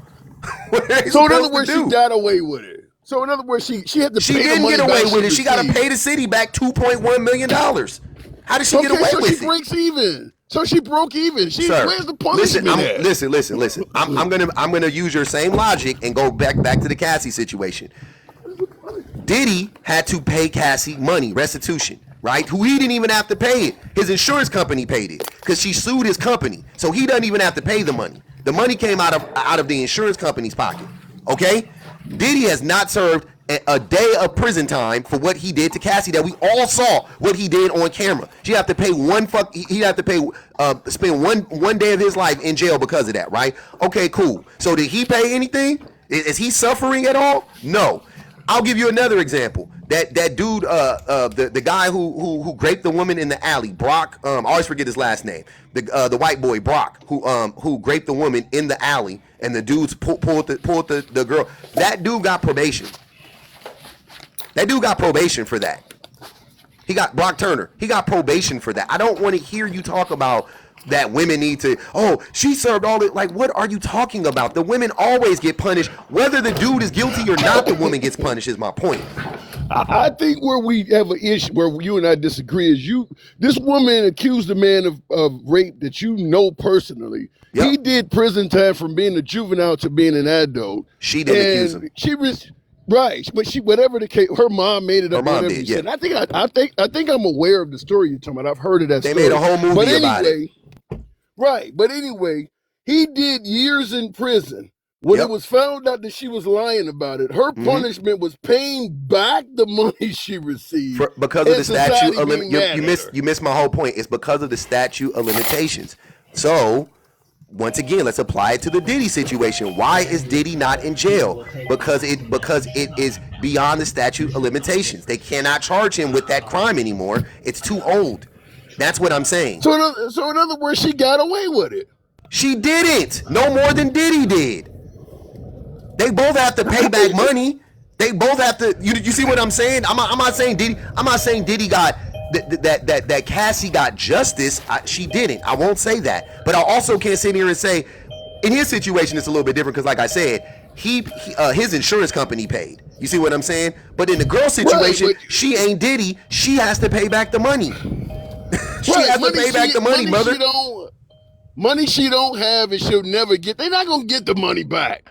But Just plain you're and missing simple, the they're not gonna get point. the She money still back. has to pay the money. Sir, if she makes $60,000 a year, she still has to give a portion of her money every month until she dies. You see what I'm saying? Right. Like, that's just the Years in reality. prison. And if Yeah, she that's doesn't pay, insane. and if she doesn't pay the city back, who is the government, she goes to jail. Then she'll be charged. Let me just say it this way, because when you talk about women get punished and they're pariahs in society for life, I don't think I've ever heard of a woman going to jail for lying about rape. Have you ever heard of it? I know men get away with it a lot, but I don't know any woman. Yeah, that has women ever get went to jail for lying about- women get charged for it, but also you got to keep in mind the reason why you very rarely hear about it is because women very rarely lie about it. That's the thing. I won't That's the say thing you're not rarely. connecting. I won't say rarely. I don't know Sir, of a single case. Statistically, Not even one case. 1 out of 10, you're not listening. 1 out of 10, 90% of the time, the women are telling the truth. 90% of the time. Also, what about the women who? Fired the warning shot at her abusive spouse? And then went to prison for firing a warning shot. What about the women who go to prison because the spouse abused, because the man abused the child, and then the woman went to jail longer than the man did because she couldn't protect the child? What about all of those women? You see what I'm saying? Yeah, but I have way that more doesn't- evidence on my side to point to society.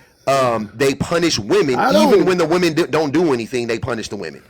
Yeah, I don't think you do, because I think that when it comes to women in domestic violence and women being violent toward men, I don't think society gives a damn. It's all over television. Men, why do listen, you- turn on? That's not Go true. ahead. But why do you? But even if that were true, let's do the math on this one. Let's just for shits and giggles, I'm gonna concede the point to you. Society doesn't care, right? I agree. They really don't, because I see it in movies. I just saw it when I just saw another movie recently, and the woman in the movie slapped the man in the face. Right? You wouldn't necessarily see that in a movie nowadays, unless it was a movie about DV. You know what I'm saying? Like, nobody would condone that, but it still like a new movie made That's within not last year. true.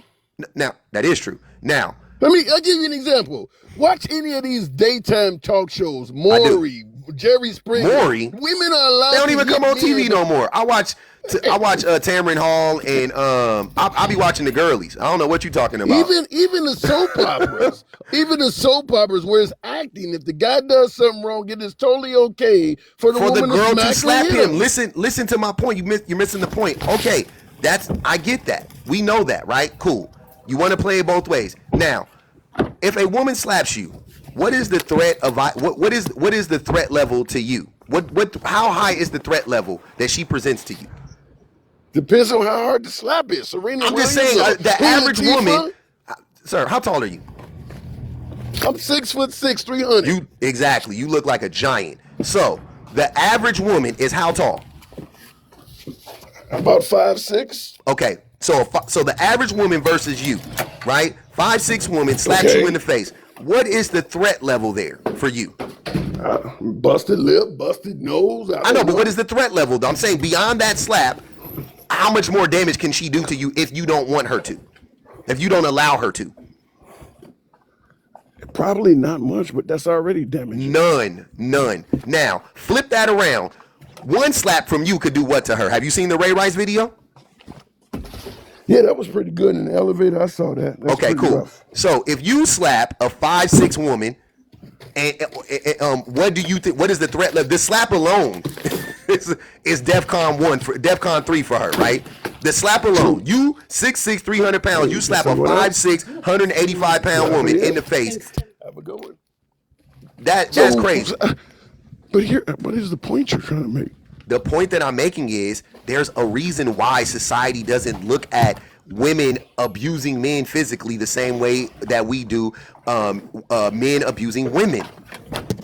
It is a biological difference. That's why. It's not to excuse it though, because most women. That's what we do. We excuse it though. We don't. Nobody excuses it. They just don't. Yeah, it's just not this. It's not met with this. It's not met with the same reaction because of the threat level. Now, most of the time, in those movies and in these shows, when a woman slaps a man, it is in direct reaction to something that a man has done to her.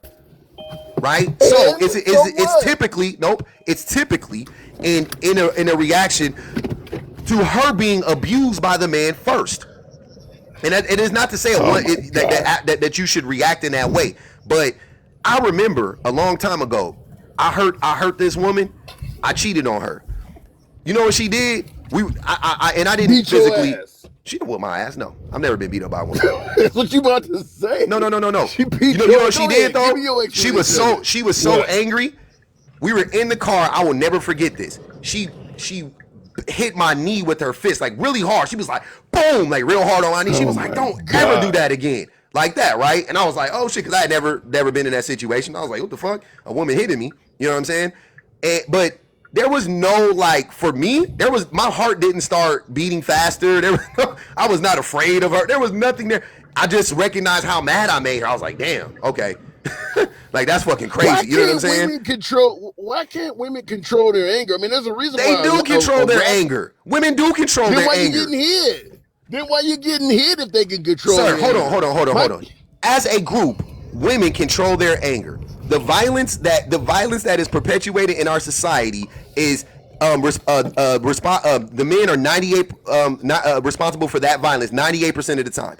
Please get the hell out of here talking about women don't control themselves. Women control themselves. I'm just talking about that's globally. 85% of the time in America. I agree with that. I agree with that 100%. You can't disagree with that. That's reality. No, you can't. No, you can't. You can't disagree with that. But what I'm talking about in relationships, though, we expect men to control their anger because they're more powerful, but women should not. Men should be smart enough to know that if they hit a woman, they could do more damage to her than she can do to them. But we don't hold women accountable for knowing the same damn information. There's a reason why rabbits don't attack lions. The rabbit knows I'm going to get fucked up if I do this. But women, knowing they will get fucked up, still go ahead and proceed with the attack. Does that make any sense? No, that's because that's not what happens. and you trying to flip it around on some women should be smarter than that is crazy. But yeah, I this is just not adding up to anything for me. I'm not understanding. I feel like we've lost the plot here, and you need to really. That's crazy. I'll step out. Nah, man, you blaming women for you trying to act like women are a threat to men physically or in any other capacity is really crazy to me. Like really. Let me just say it this way. You could be 4'11" and completely unarmed. If you walk up as a woman and smack the shit out of a male cop, they're not gonna just ignore that. I mean, you can't go around hitting people saying I'm weaker and I should be able to get away with it. That's I love that you brought up the police. What percentage of the police have self-identified as domestic abusers? I don't know, but it's a lot. Over 50%. So the thing, those same cops who wouldn't allow a woman to hit him are the same police that go home and it's 30%. I'm sorry, my bad. So 1 out of 3. I thought it was higher than that. That's self-reported, by the way. That's self-reported. I thought it was more. But anyways, so if it's 30, so if 1 out of 3 cops are saying that they self-reported that they DV their women, does that make what? Who cares if they wouldn't allow a man to or allow a woman to hit them in the face? These men are DVers. Of course, they wouldn't allow a woman to do that. But that's exactly the point you made when you said you cheated on your woman. Something happened to her emotionally, and she responded with violence. That's really what cops so do rare. on the street. Hold on, I gotta really tell y'all the numbers on this, man. Out of the women I have been involved with, and not this is. I just want to be honest, and not know I'm just being real, just so we could get a picture. Out of at least 150 women that I've been involved with, like dating to whatever, ranging from just like casually dating to other things, right? In my lifetime, I had one woman hit me on the knee. One time, I had one woman hit me on the knee. That's it. And you want me to sit here and act like women are this like great big fucking like. They not, man. They're not. I'm never. Okay. I've had women. By the way, I've had women yell at me. I've had women threaten to beat me up. I've had girls try to attack me, and other people held them back. No doubt about it. I ain't gonna even hold you. I've had that happen before. Drunk nights at bars. I've had drunk women at parties. Typically it was alcohol was involved. They was tripping. Whatever. I've had that happen before. Twice. I had it happen 2 instances. One time I was at a bar and these women tried to talk to me and I said no thank you, and then I sat down next to my wife and they was like, oh, you hit one of them, and they got real mad. They started getting all belligerent and stuff like that, and one of them tried to get in my face, and then the bouncer came and kicked them out because they was violent. And another time I was at a house party and this girl, I don't even remember what the fuck the shit was about, but she was drunk and I wasn't, and she was like acting all crazy because I think I said her city was dirty or something like that. She was from St. Louis and I said her city was dirty, and she kept getting mad and I just kept fucking with her, and I was like, St. Louis is dirty. St. Louis, like, just fucking with her. And then she literally jumped up and tried to hit me, and then people like held her back. And I was like, that's all it took? Damn. Yeah, that was all it took. But she was drunk. I was sober. I was being a prick, but yeah, she was wilding. But at no point. Let me just. I want to say this. You mentioned a woman being drunk. I will tell you this too, because I used to be a bouncer in the clubs when I was a younger man. And if it's one area where men are sexually assaulted quite often, it's folks that work in security and bouncers in clubs. Drunk women assault the hell out of you. I've been touched and grabbed. Come on, bro. And the thing about it is, hold on. The thing about it is the club owners expect men to put up with that. They'll tell you, we don't want you calling the cops on our patrons. That happens a lot to bouncers. Come on, fam. What am I doing wrong? Come on, fam. You got it. That's nuts. Your subjective experiences to try to justify your misogyny, really. That's That's crazy work right there. Oh, man. That's what happened. Okay, teach me something, baby. What am I doing that's misogynistic? I'm telling you things that happen. Is it wrong because it's a man's experience? Again, your experience is subjective. It's only relative to you, but you're talking about it as if these things occur in mass across the board. How many men are bouncers? I would tell you, like he pointed out domestic violence with cops. If you talk to bouncers, getting assaulted by women is something that happens a lot. That ain't something subjective to just me. Just like domestic violence is prevalent with police officers, getting assaulted if you're a male security guard or a male bouncer, that's very common. That's not something rare or unique.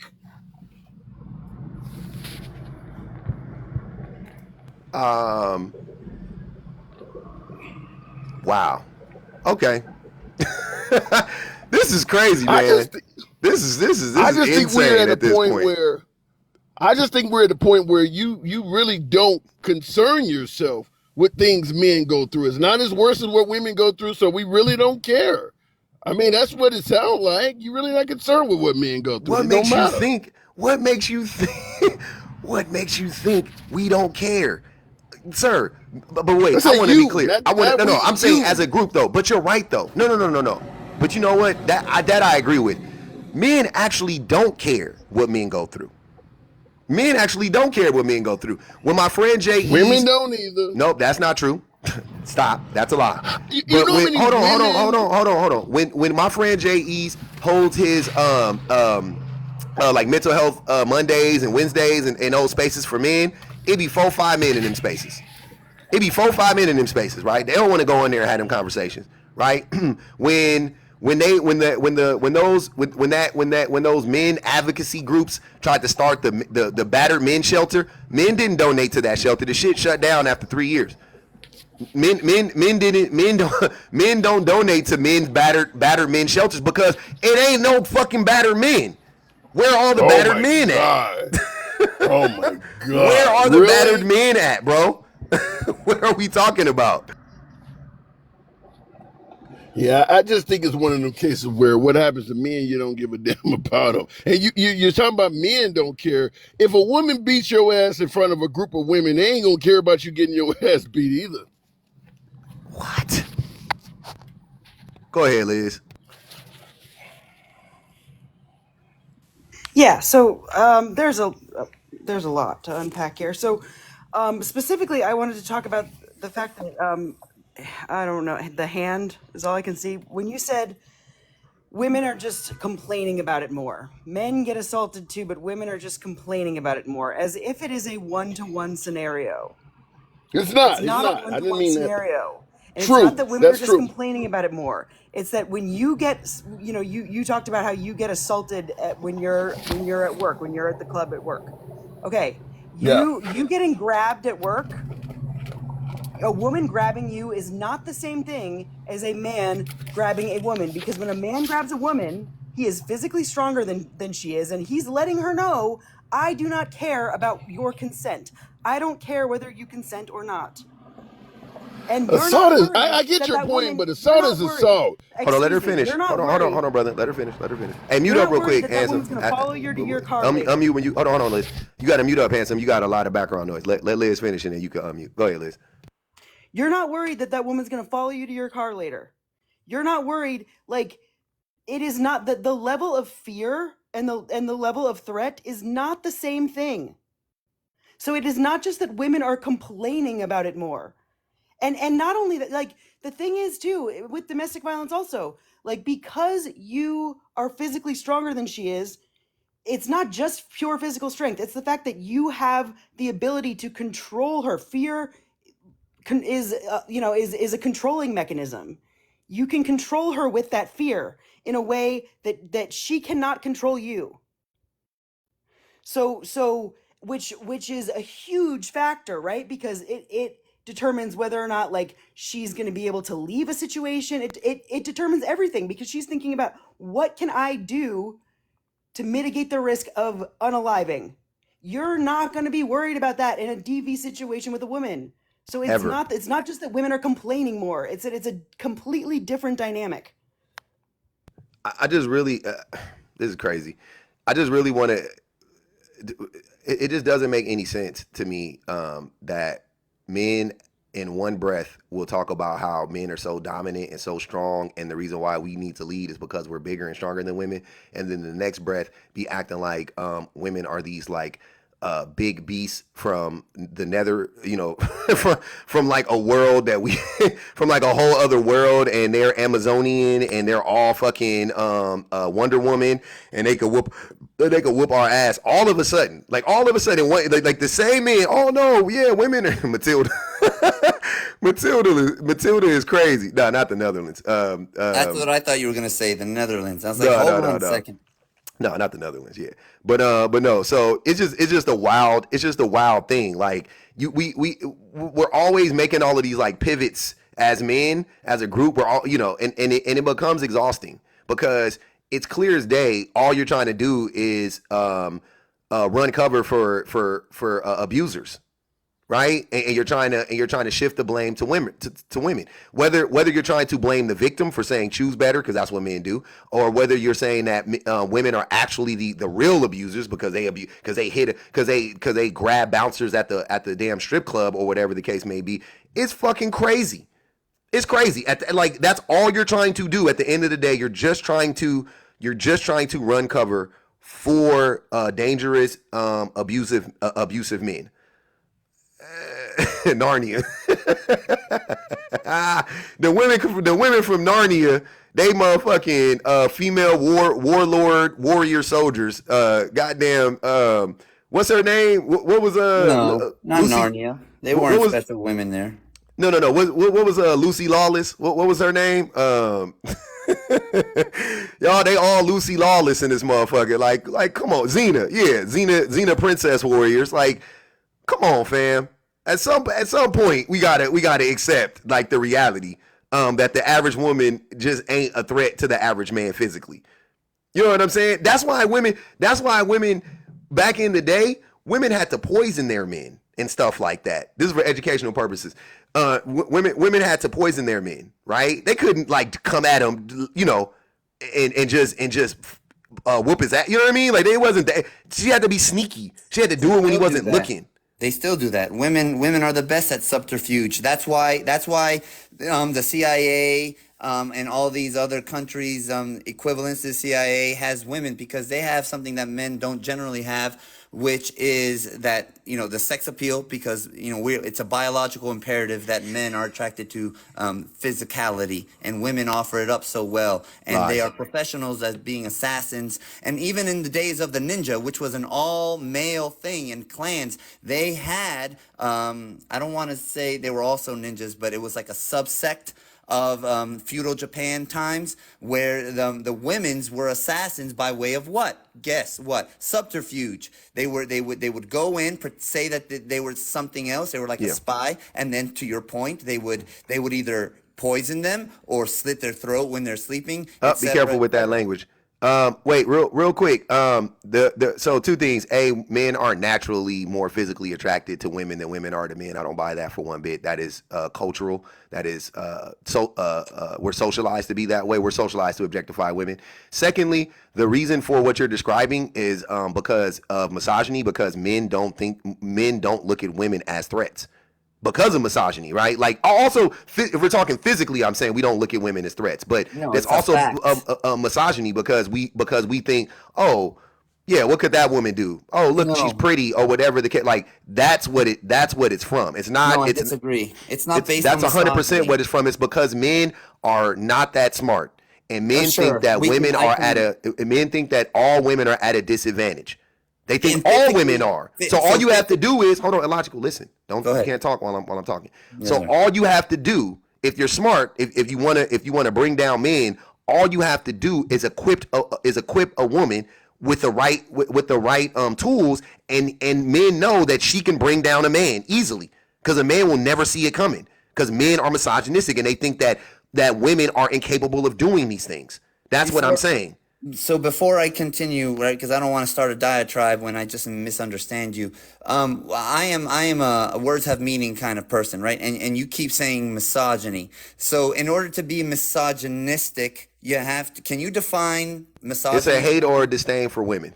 Right. So under the purposes of disdain, yes, then it's misogyny. But I don't have any disdain for women. I am not a misogynist, but it is fact. It is a fact that generally men are stronger and faster and bigger than women. Generally. Yeah. Generally. I agree with that. So it doesn't come from misogyny then. But it does. But it's not about, because the women aren't going into the rooms and beating the men up. That's not what's going on.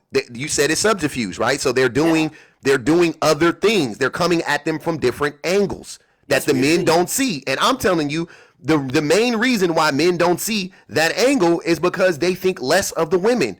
So they assume, oh, that woman can't do anything to me. That's not even a thought that crosses men's minds. I disagree. You are attributing it to them thinking less, using, as you said, misogynistic views, disdain, not respecting, etc. I hear what you're saying. I disagree, because I look at it from a logical perspective of, even though it may be wrong, where a woman will spy, are the best spies and will sneak up on me and will poison me, etc., which you are right on that. But it doesn't come from a misogynistic view. It comes from empirical fact that generally men are bigger and stronger and not a physical threat. Women are not a physical threat to men. It also comes from a known truth and a statistical truth that women are just less inherently violent than men. So men know that if you're going to be unalived, more than likely it's going to be a man that's going to try to do it or succeed at doing so. That if somebody is going to take advantage of you and try to take advantage of you, more than likely it's going to be a man and not a woman. Like, there are so many things at play here that support the idea of misogyny. It's crazy, and you just don't want to. You refuse to accept it, which goes to my original prompt when I said that men are. Would you rather try to reason with a man or a tree? And all the women said a tree, and this is why. Like, it's hard to reason with men. Men just won't accept like actual like truth. Like, you just won't accept it. It's just, no matter what, it doesn't, no matter how logical the discussion is, no matter how, it doesn't matter. You're going to say it's not right, that's wrong, because you had some preconceived notion. When in real time, what you just said, I just debunked it in real time. Like, it doesn't make sense. Like, that's not what it is. It was way deeper than that. It was rooted in misogyny. See what I'm saying? Like, I don't know. Like, why was that just so hard to say? Like, oh damn, I didn't think about it from that. Listen, I am angle. not so obtuse that I will not concede a point. And also, I'm sorry if I am speaking loudly. I have Say it with your chest, brother. No, yeah, I don't have tone bad police. hearing, and I'm Cuban, and it's just a whole bunch of excuses. So I'm not trying to yell. This is just how I talk. I do apologize. Talk how you talk, brother. Some people say that it's yelling. I'm not trying to. So I'll Hey try man, to. yeah. Hey, I'm trying to tell you, I'm the host. Talk how you talk. I don't be tone policing people. Right. Talk how you talk.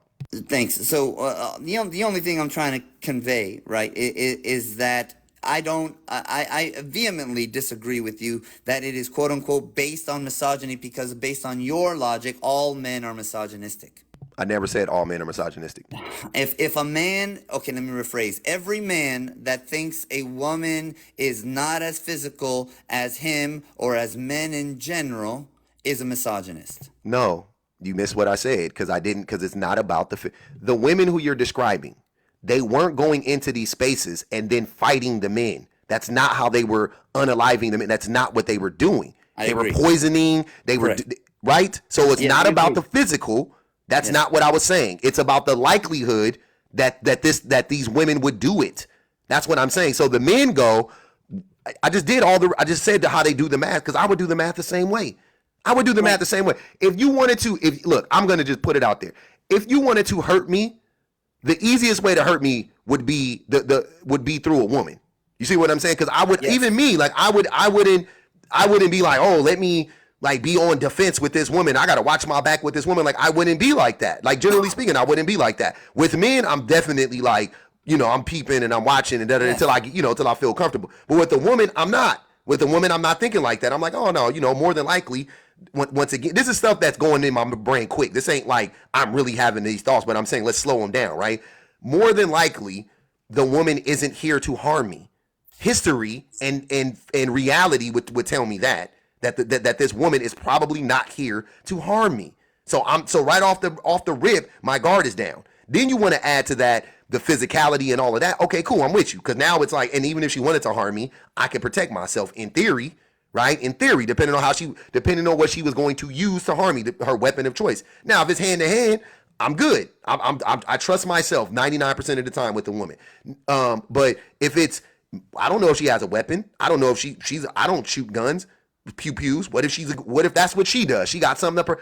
I would never know though, because I wouldn't assume all of that stuff about a woman. So it's really easy, once again, to get men to lower their guards, right? Then, like you said, you want to add to that that men are socialized, right? We're not innately like this, but we're socialized to be overly attracted to women, or to we're socialized to objectify women, right? You add that to it. Oh, a pretty girl, all the guards are coming down. It is our men are easy because we're taught to be easy. You know what I'm saying? That's why men are easy, because of misogyny. Because we'll do anything to get with a woman. We're not taught to protect ourselves. We're not taught to, again, you know what I'm saying? We're not taught those things. We're taught to get as much vagina as possible. Okay, so let me get this straight and quickly interject, because I literally agree with almost everything, and I just want to make sure I understand you, so that I am understanding you. You are saying that the likelihood is increased because of men's misogynistic thoughts that women are less than. Am I right so far? Yes. Okay, right. And then another thing you said was that it is culture, not a man's biological imperative that makes us so physically attracted and allured to women. Is that correct? 100%. All right. So now I disagree with you on both points, and on the physical part, you are not putting any credence or value into something called testosterone, which is why men, to your point, are always searching for booty. You literally said that. There's a reason why we're searching for it, which means that we are searching for it because we are drawn to it because of a biological imperative. And secondly, again, I'm not trying to kill a dead horse. Testosterone doesn't make you more Yes, horny. it does. It makes you more aggressive. It makes you more It makes you assertive. more It also- aggressive, it's yes, also- but not horny. Yes, it does. Because Yes, women it are does also make you- horny. It absolutely does make you more horny. No, Yes, it does. makes you Look more it up. reckless. It makes you more reckless. It makes you not able to see into the future. It keeps men making spur of the moment decisions that aren't Very true. logical. That's Also what accurate. testosterone does. Also accurate, but they do. It is not mutually exclusive. You are correct, Liz. You are correct. Testosterone does all of the above to include It doesn't. make you hornier. It doesn't make you well, hornier, you know brother. What? This can be proven by a simple research. So Yeah, I'll just we've done the quickly research. That's what I'm saying. You're talking to people that's actually. I know that that's not a part of testosterone, sir. You're mixing up your chemicals. That's not the chemical that does that. That's all I'm trying to tell you. So move on to something else. It's not you testosterone. are incorrect. You're Okay. factually incorrect, and everyone who is believing you is losing out on very basic and important information to know the differences of the sexes. I'm sorry. Okay. I'm sorry. Testosterone is all encompassing. Aggression, Men sexual attraction. coming up here and constantly blaming testosterone for men being shitty people is crazy to me. Like I didn't do that at you're all. like the I 30th didn't do man that that. has I don't done know that. why you're It's so equating funny to to that. me. Why are you equating into that? All I said 'Cause that's what was, you're saying. I agreed with what Liz said and what you said, and I added that it makes you also more horny. And now, because I said that, and you don't agree that you are Well, going it's to not go that I ahead- don't agree. It's that science doesn't agree. Yeah, you know what? Do you have a computer nearby? Why don't you look it up? I right do. in front I'm of not looking up shit while I'm on live. Oh, This is okay. my live. You got more time than me. No, I know I got that. people in here that came to watch the show. I'm not stopping the show. It's a to great look show, up by the way. Fucking I'm really testosterone. sad that I we have know. to That's why I don't want to from you. stop it to look up what you telling me, which I already hear looked ya. up, which I already know is not true. That's what I'm saying. Why am I gonna look it up again? I already know. Okay, well, You go look at it up. very least put a note somewhere so that maybe you can look it up later. Cool. So, yeah, brother. I'm not understanding. I'm not following this one.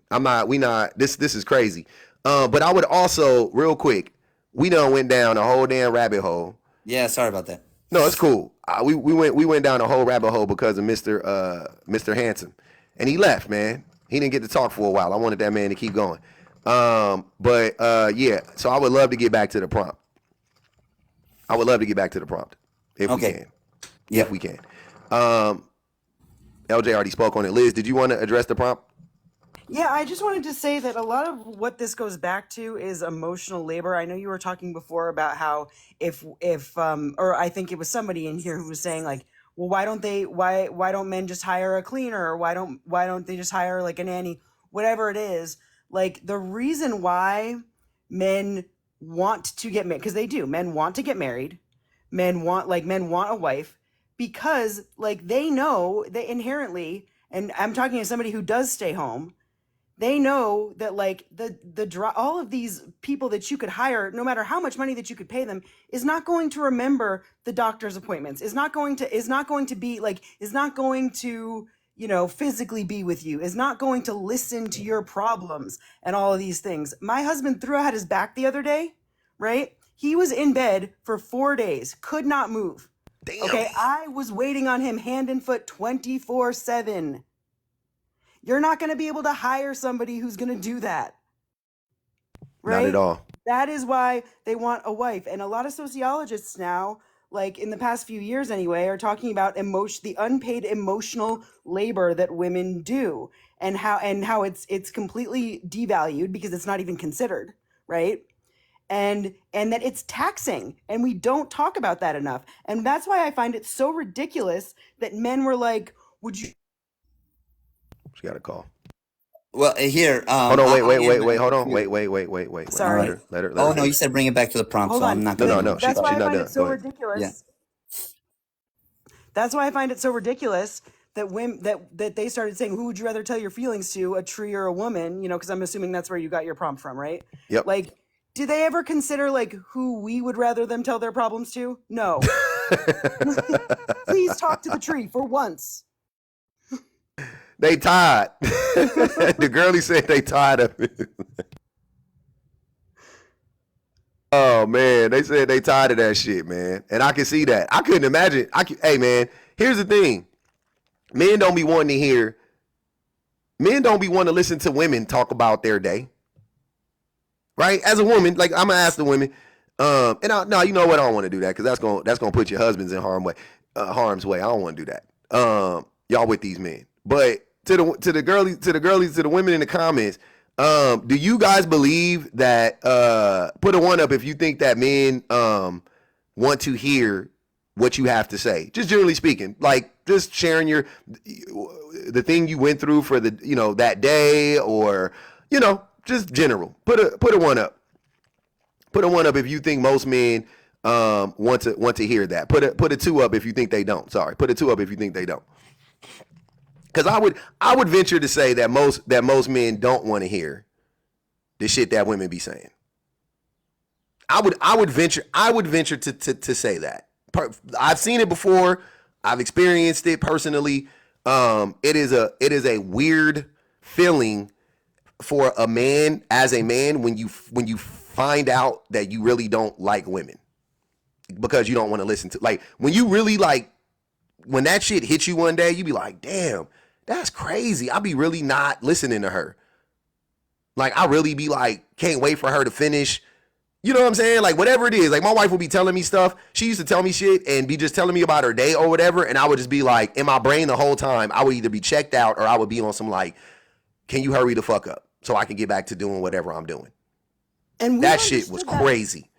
We've understood that for a long time, women have, and that's why we talk to our girlfriends or we actually go to therapy versus talking to our partners oftentimes. But men don't do that, so they lean on us 100%, but then kind of like but that's just expected.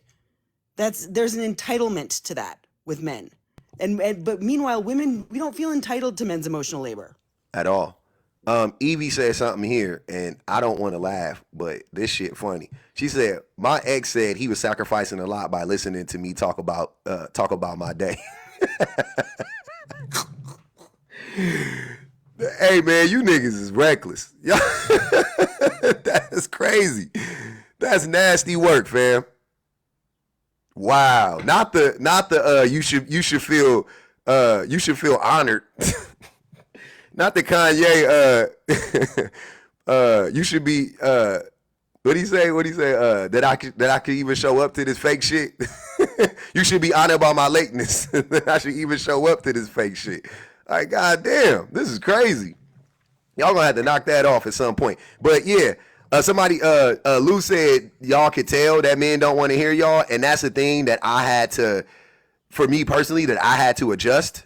Like, I had to clock it. Like, why was I so annoyed when my wife would tell me stuff?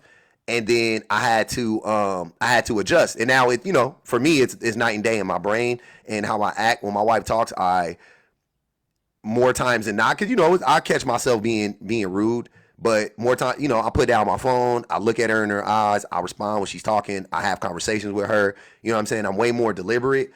And guess what? Come to find out, she's a really cool lady. We're going out on a date soon. Like, who knew that my wife was a cool person?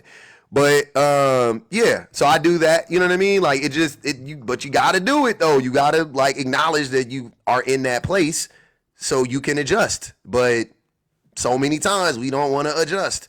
We don't want to acknowledge that we're in that place. Like, fuck. It's fucked up. We keep acting like it's her fault. We keep like, men be so afraid of having conversations with women too, because especially with our women, because if there's not a direct benefit in it for us, that's one reason why. So men will be willing to talk to a girl. Like, men will talk to you on the phone for 17 hours straight before he gets vagina. right? Like True. leading up to vagina, that man will talk to you. Y'all don't act like I was the only one that used to fall asleep on the phone. Please don't act like I was the only one that used to fall asleep on the phone. Wake up, both of y'all, y'all be on the phone talking about you get off first, you hang up first, you hang up first, you hang up first. I know I wasn't the only one. I wasn't No, the only one. I did that for sure. All the time. I don't act like I used to be before cell phones. I'd be sitting at the table on the phone because I couldn't go nowhere because the phone the cord was only 3 feet. So you were just sitting at the kitchen table talking, 2:00 in the morning. Mama jump on the phone from upstairs. Get off the fucking phone. I gotta go. My mama tripping. I'll talk to you tomorrow. Like before you got to the vagina, you was talking that girl ear off. You was listening and listening and listening, right? You get that vagina consistently. I ain't talking about after the first time, but you start getting that vagina consistently. Now you don't want to hear nothing she got to say. Now you don't want to hear nothing she got to say. Now it's you should be honored that I'm listening to you type vibes, right? Like that's the reality. And it's sad, right? Because men, like I said, men won't do this shit unless we're getting unless there's a direct benefit, like a quick microwave, boom, there's a benefit in it. But also we don't listen to women because we're afraid that she is going to say something to us that's going to cause us or make us have to change something about ourselves. We're really afraid of that in those conversations. Like that's a big part of it. It's like, if you're talking to your wife, she's gonna ask you to start helping her with the chores more, or she's gonna ask you to do something for her. Like that as a man, like you can feel it coming. Like she's gonna ask me for something, and you don't want to have the conversation. You don't want to have the conversation with her, right? And I'm not saying that women actually do ask all this. I'm just saying, like in your mind, you're so convinced that that's going to be the case that you end up not wanting to talk to her at all. That's what I've seen. That's what I've experienced. Like you're just deathly afraid to have that conversation because she might say, and I really want to talk about how, recently I just feel like you haven't been listening, like whatever the case may be. Oh, here we go. She nagging me. Like that's where the fear comes in. Go ahead, Illogical. You can address the prompt. Can't afford a traditional wife! Exclamation point. The true cost and value of a traditional wife. The true cost and are you asking a question? What is the true cost? And what and are you speaking? No, we're just talking about the true. Some of these pictures reflect the true cost and value. So you got to pay. You got to put money up for her in a 401k retirement. You got to give her money to money to go spend on her own money, right? She need money to go shopping. The labor. This is the labor down here. So that's the true cost and worth. You might want to change that 401k. So I'm a financial analyst by trade and working on my second MBA. If a wife is a stay-at-home mom, then I completely agree that you should contribute to her IRA, individual retirement whatever the account. case may be. I just did that. She doesn't have a 401k because you are not a business that. Yeah, you got to dig that through business. I got you. Okay, we got you. Thanks for the correction. But go ahead. Okay. I see it. And I'm trying. Like, what do you want? What do you want to know from me? I can't. What do you feel about the prompt? That's what I'm asking. Okay. Here's how I feel. I'm a conservative, and I do agree that today most men cannot afford to have the stay-at-home wife. Traditional roles. I believe traditional roles are still a great thing, but only few, unfortunately, can afford to maintain them. And the more realistic thing in today's economy is a dual working household. That is the truth. So I actually agree that most men cannot afford to have a traditional household. Yeah. All right. Go ahead, BBG. Hey, I'm glad to see you done busted out. You got out of jail. I've been free Yeah, since they never yesterday. could. I know I saw it yesterday. I was listening. Y'all bet. Yeah, they never could afford stay-at-home wives. The only thing that really changed was socially what women had access to do and what women had access to not do. Because we can't believe that, especially we know historically that there have been like economic peaks and valleys. People could not afford if you can't afford a wife now, how were they affording wives during the Great Depression? How were they affording wives during Reconstruction? How were they affording like when people were predominantly living off of farms and living off of land? Like how did they afford wives then? They didn't afford them then. Those women did not have access to being able to care for themselves. So they had wives, but it doesn't necessarily mean that they could afford them. I think that, and it kind of slipped into that earlier. I think that what we see happening socially is the same thing that always happens within hierarchical structures, is that you create somebody who's on the lower end of the totem pole and you create somebody who's on the higher end of the totem pole. And men have created a structure where they are at the higher end because of the fact that they work. So they create the lower end of the totem pole where a woman is a stay-at-home traditional wife, but he's essentially extracting free labor from her based on all of the things that she does to save him money. Like, and we've seen this in the numbers. Men who have wives and they work in corporate positions or have business entities, those men make more money by having wives.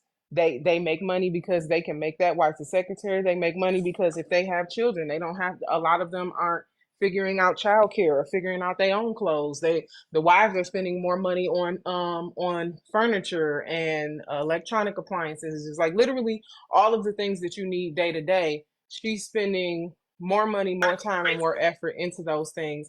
So it's not only saving him money, it's boosting the economy because a bored wife is going to buy more. Like a bored housewife is going to buy more, but also she's being undervalued. She's not actually being paid for any of the work that she is getting for free from him.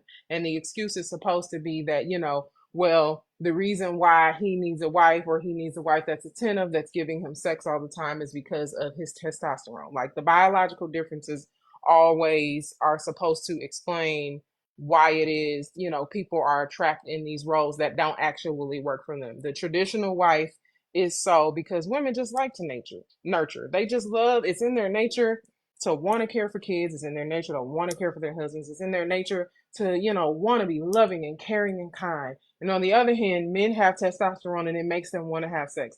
Now, the odd part about that is biologically, the list for things that estrogen makes women do and the list of things that testosterone makes men do is absolutely ridiculous when you put them side by side.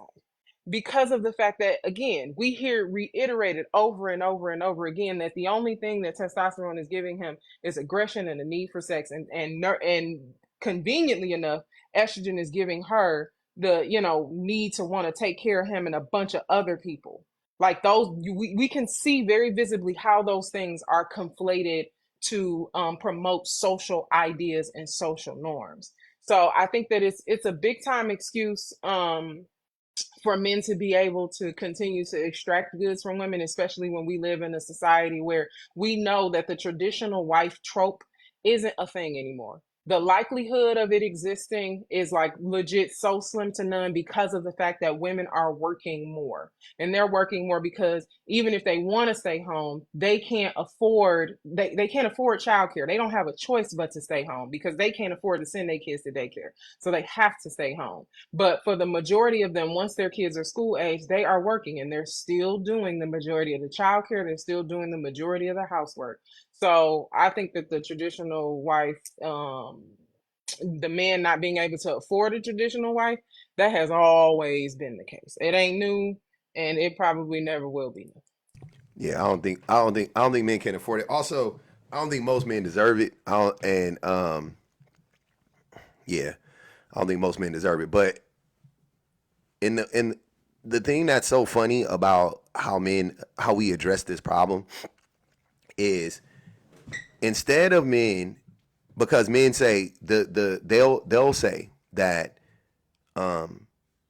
man, it just makes more sense for the woman to stay home with the child and da da da da. Okay, let's say we all agree to that, right? Because even my wife agrees to that. She would rather stay home with the kids and yada yada yada, and that's what she did, right, for years. But um, uh,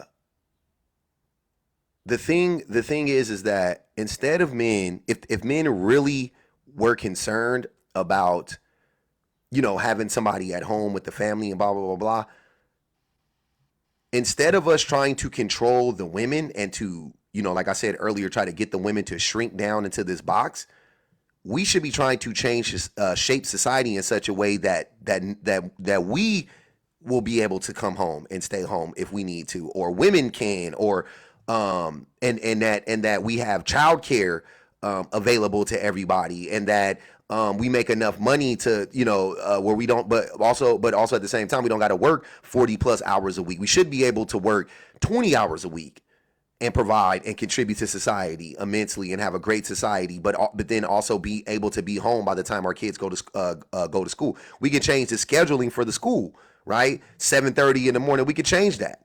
We can make it 9:00, and that, like, we have the ability to shape society in any way that we see fit as a group. As a group, we do. But instead, we choose not to, and then we just turn all of our attention onto the people that are in pretty much in the same boat that we're in, and blame them and try to get them to change, as opposed to trying to change society. I think that is where, for me, that's what makes that's why I know that men aren't really interested in healthy families or the kids being healthy or anything like that. That's how I know men are just interested in having wife slaves. Because if you really cared about the family, then why aren't you fighting? For everybody to work 20 hours a week but get paid $100,000 a year or whatever equivalent that is, and make sure that everybody has health care and make sure everybody has a place to stay no matter what, right? Like, why aren't we fighting for those things? Y'all put so much energy into Because getting those on this things are app and communism. getting on this app and telling women that that they need to pick better and they need to choose better and blah blah blah blah blah, right? And they need to just shrink themselves and yada yada yada. And y'all waste all of this time, effort, and energy into doing that, but you won't host a fucking live. You won't make a post about changing the fucking system. You will not change you will not take any time. You won't. And Illogical just said he's a conservative. I'm guessing you vote conservative. Oh fuck yeah! And Yeah. So what you're you are trying voting to for purport is that a you group want of people communism who or want to. socialism. Yeah, And yeah, I yeah. bet I you got and you. Hold on, BPG also Illogical. think that Hold the on. woman has a Hold wage on. gap. Hold on. Stop. Don't worry, I'll leave. Complete bullshit. Complete Yeah. bullshit. You and your Hold left on. No, nobody cares. Bye. If you can go to hell. leave. Okay. You don't get to say I'm gonna leave and then start yapping. Just leave. Like, what the fuck? Yeah, and nobody believes that you have a master's degree, by the way. I don't know if you thought I just let that go because I didn't feel like arguing about that, but you don't have a master's degree in anything. Nothing. Go, if you do, come back up here and take a picture of it. Show it to us. Show us your diploma right now. It should be hanging up on your wall, I'm sure. Is very much the typical conservative. I'm reading this book, How Fascism Works. I don't. Can Mhm. we say that word on live? I Yeah, you don't can know say if we can say fascism. that. Yeah, Okay. I don't know if Yeah. you can, but say it because I say it all the time. So I guess we're about to find out. But I'm reading this book about how fascism works, and one of the main tenets is like getting back to those patriarchal ideas, getting back to the family, getting back to the idea of this like really utopic society where the dad came home with his briefcase and all the kids and the mom came up hugging him and kissing him and blah blah blah. But it's deeply rooted in that. And if you look at any fascist regimes, they all have that written into their constitution. Like, and I thought it was just a coincidence, honestly, for some time. I thought that it just kind of went hand in hand. But there's like a real science behind it because of the fact that they feel like the connection is like you have to maintain that level of hierarchy. You have to maintain that Mm-hmm. because if you have women who are subject to going out and getting information, the likelihood of them coming home and looking and evaluating their marriages and their lives is very high. They will look at their lives differently. Like there was a portion, oh no, that was the feminine mistake I was reading, where they talked about the difference between like advertisers and how they liked advertising to housewives, who women who were dedicated traditional housewives because their entire life revolved around their families, and then the woman who was like a pseudo housewife, who was like a hybrid. She would work, when the kids got older, but her main focus was figuring out how to have a work life balance. But their number one target was the career woman. She was annoying because she could not understand why all of her capacity was lended to her family and making sure that they had everything that they needed, but never to her humanness and figuring out who she is. So Mm. those two things, like guys who are like illogical, who left here, oh, they love the idea of those traditional family values because it gives them space to not have to continuously compete with people who are browner than them and people who are biologically female, I suppose, or any, Mm-hmm. honestly, biologically or socially women. Woman or who feminine. I Yeah. always just say feminine presenting people because they Yes, they hate absolutely. everything that's attached to femininity. They can't Yeah. stand that shit. It's annoying because, and this is the last thing I'll say, because they can't wrap their heads around the idea that especially with trans women, that somebody who is born in a higher position would intentionally subject themselves to being in a lower Mm, position. Like mm, they cannot wrap their head, because you're already a man. mm, You winning. Like you just need to fix that black part. Like you need to fix that part. But mm, you already you're closer to the top of the totem pole. Why would you degrade yourself to something that people have sex to? Like why would you put mm. yourself in that position?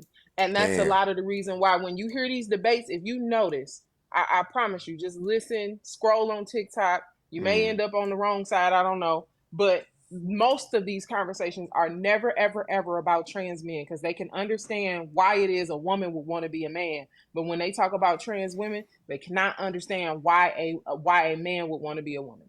And you would think that they would care more about the trans men because the Yeah. biologic the biological female, usually they want to control their reproduction and things of that nature. So you would think they would be like more on that, like, why you want to be a man? You know what I'm saying? Like, why don't you want to stay a Hmm. female or whatever the case may be? Because I want to be able to have sex with you, right? But you're right, they don't ever talk about that. They greatly care about men who want to identify as women in society. Like Yeah, that actually makes because they'll sense. still have sex with trans men. That's why. Oh, all day, yeah, And all won't feel no day, type of way about it. Won't feel all no type of way day. about having sex with trans men or lesbians, because in their mind they're still having sex with women because it's still a vagina. Like It's as that, long as you have like a you said. vagina.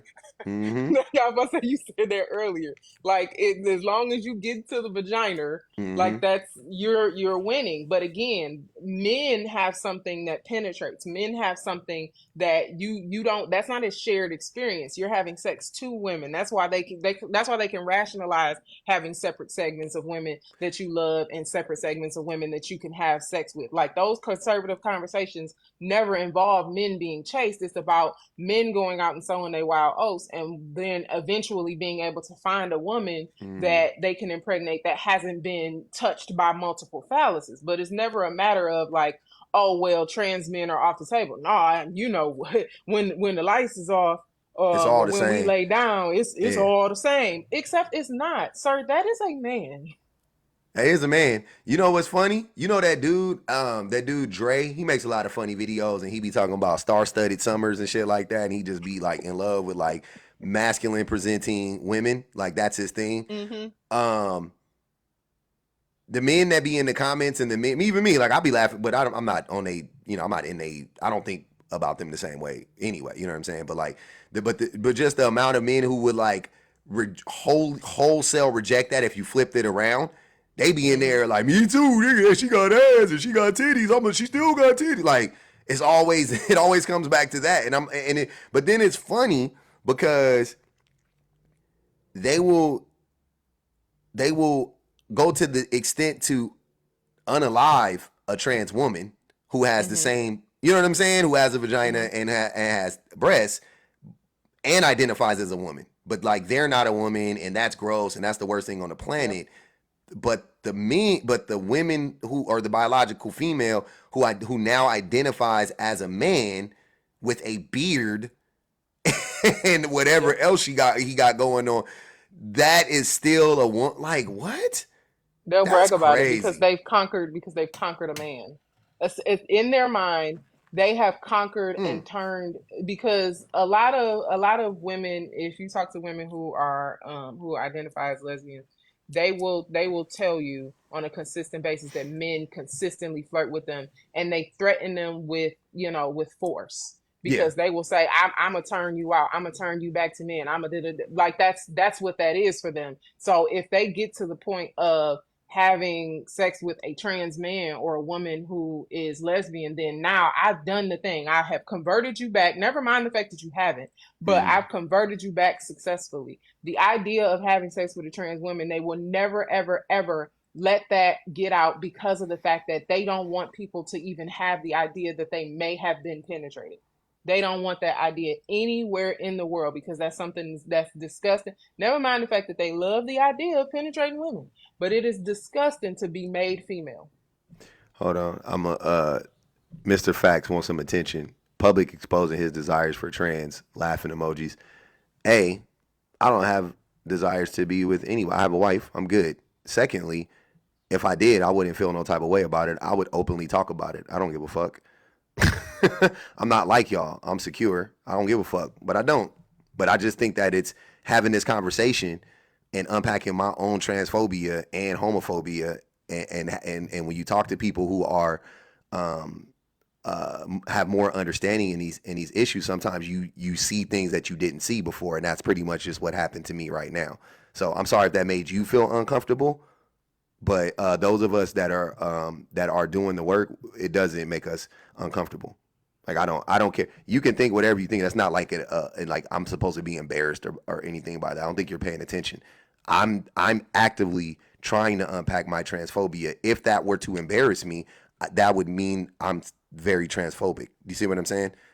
So I don't think you understand how that works. That's why I don't. That's how I can. That's how you can. It's just what it is. Like I don't. It doesn't bother me. You can say that's why I don't care. Y'all be in here like you're gay and da da da. I'm like sure. Like I don't give a fuck. Because even if I was gay, who cares? Was that? Am I supposed to be ashamed of being gay? Like what do you? I don't get it. I don't get the. It's not like it when you try to shame a person. You can't shame me. That's what I think you guys don't understand. You can't shame me. I don't give a fuck. You guys are the ones who are so afraid to talk about issues with trans people or your own homophobia or whatever, because maybe and typically speaking, this is my experience. It's typically the men or whoever, but it's typically the men who are so adverse to having these conversations that are the ones who are the ones actually hiding something, right? Wouldn't that Doesn't that make sense? Like why? What am I hiding? I'm open about it. I don't care. It is what it is. I'll tell you openly that I'm still transphobic and I'm still homophobic and I'm still misogynistic and all of that stuff. I'll openly talk about that. That's fine. Like I will openly talk about that. No doubt about it. And I don't even know how I'm transphobic. You know what I mean? Like sometimes like I can identify a large portion of it, but sometimes I don't even know it. It just happens, and I'm like, oh shit. And I have to like check it in real time. Like, damn, that was a bad reaction. Like, why did I react like that? And I got to unpack it and blah blah blah blah. But for the most part, though, you know what I'm saying? I'm not actively like trying to harm people or trying to oppress trans people. So I like having conversations about it because I want to not contribute to those problems. You know what I mean? Especially having trans people in my family. Like it just, and I hate to relate it to, I don't know. I hate to relate to that because whether I had trans people in my family or not, I still would care immensely about this issue. But I think having people close to me and seeing them and seeing how they're treated, it does allow me a certain level of insight that I wouldn't otherwise have if they weren't in my life. You know what I mean? But I get to see them and I'm like, damn, that's crazy. Like look at how they treat him now. Like yada yada yada. I mean, it's a good example because it's envisioning an extension of yourself. Like that's the main part of empathy. So I think that where people go wrong is like they'll have conversations and they'll justify their unwillingness to unlearn behavior based on the fact that I have this type of person around me. I have family that's LGBTQIA. I have a daughter. I have a mom. Like that shouldn't be your reason to say that you won't unpack that. It should be your reason to say, okay, you know what? Wait, crap. I can see that because this person who I deeply love, who I deeply care about, they can be affected by these things. So guess what? I'm not going to run the risk of treating anybody differently that I see on the street because I'm going to assume when I encounter this person who is a part of this community that I'm They're going to treat them like a human being because ain't no way you're going to catch my family slipping. I don't want that to ever happen. yeah. But people are terrified of unpacking it. And I think that, good I job think being able to admit that because this is new to all of us, truthfully. it is. It's No, it very really new. is. Yeah, definitely. You know what I was gonna say though? I think a lot of men are afraid to I think a lot of men are afraid to unpack it because I think a lot of them actually would find themselves actually being attracted. Oh That's yeah. what I honestly believe. And and they are so afraid of that happening in this society because they know how trans people are treated. They know how men are treated, like what's his name, Eddie Winslow guy. You Hmm. see how the men shame him or whatever for loving a trans woman or whatever. Like everybody made fun of him, and I did years ago when he made that. Or no, it wasn't him. It was actually but they do make fun of him. But it was when the dude from Malik Yoba, when Malik Yoba was saying, Yeah. like, talked about trans, and I remember all them, like, me too. I got in on that, and I was like, yeah, that's weird. Like, you just say you gay and da da da da. But fast forward to now, like, I'm like, no, like, what, like, like he was just at a different place, and that's cool for him. You know Yeah. what I'm saying? Like, I'm happy that he got there, and I'm happy for those dudes that they, you know what I mean. But I think so many men are afraid that they'll get to that place because of how other men will view them. But I'm not, like, I don't care. Like, if that were to happen, like, I don't give a fuck. That's life. That's how it would happen. But I'm not, but you can't be afraid of that. You know what I mean? Like, that can't be the thing that Yeah. stops you because, like, you're like, oh man, what if one day I'm attracted to a trans woman?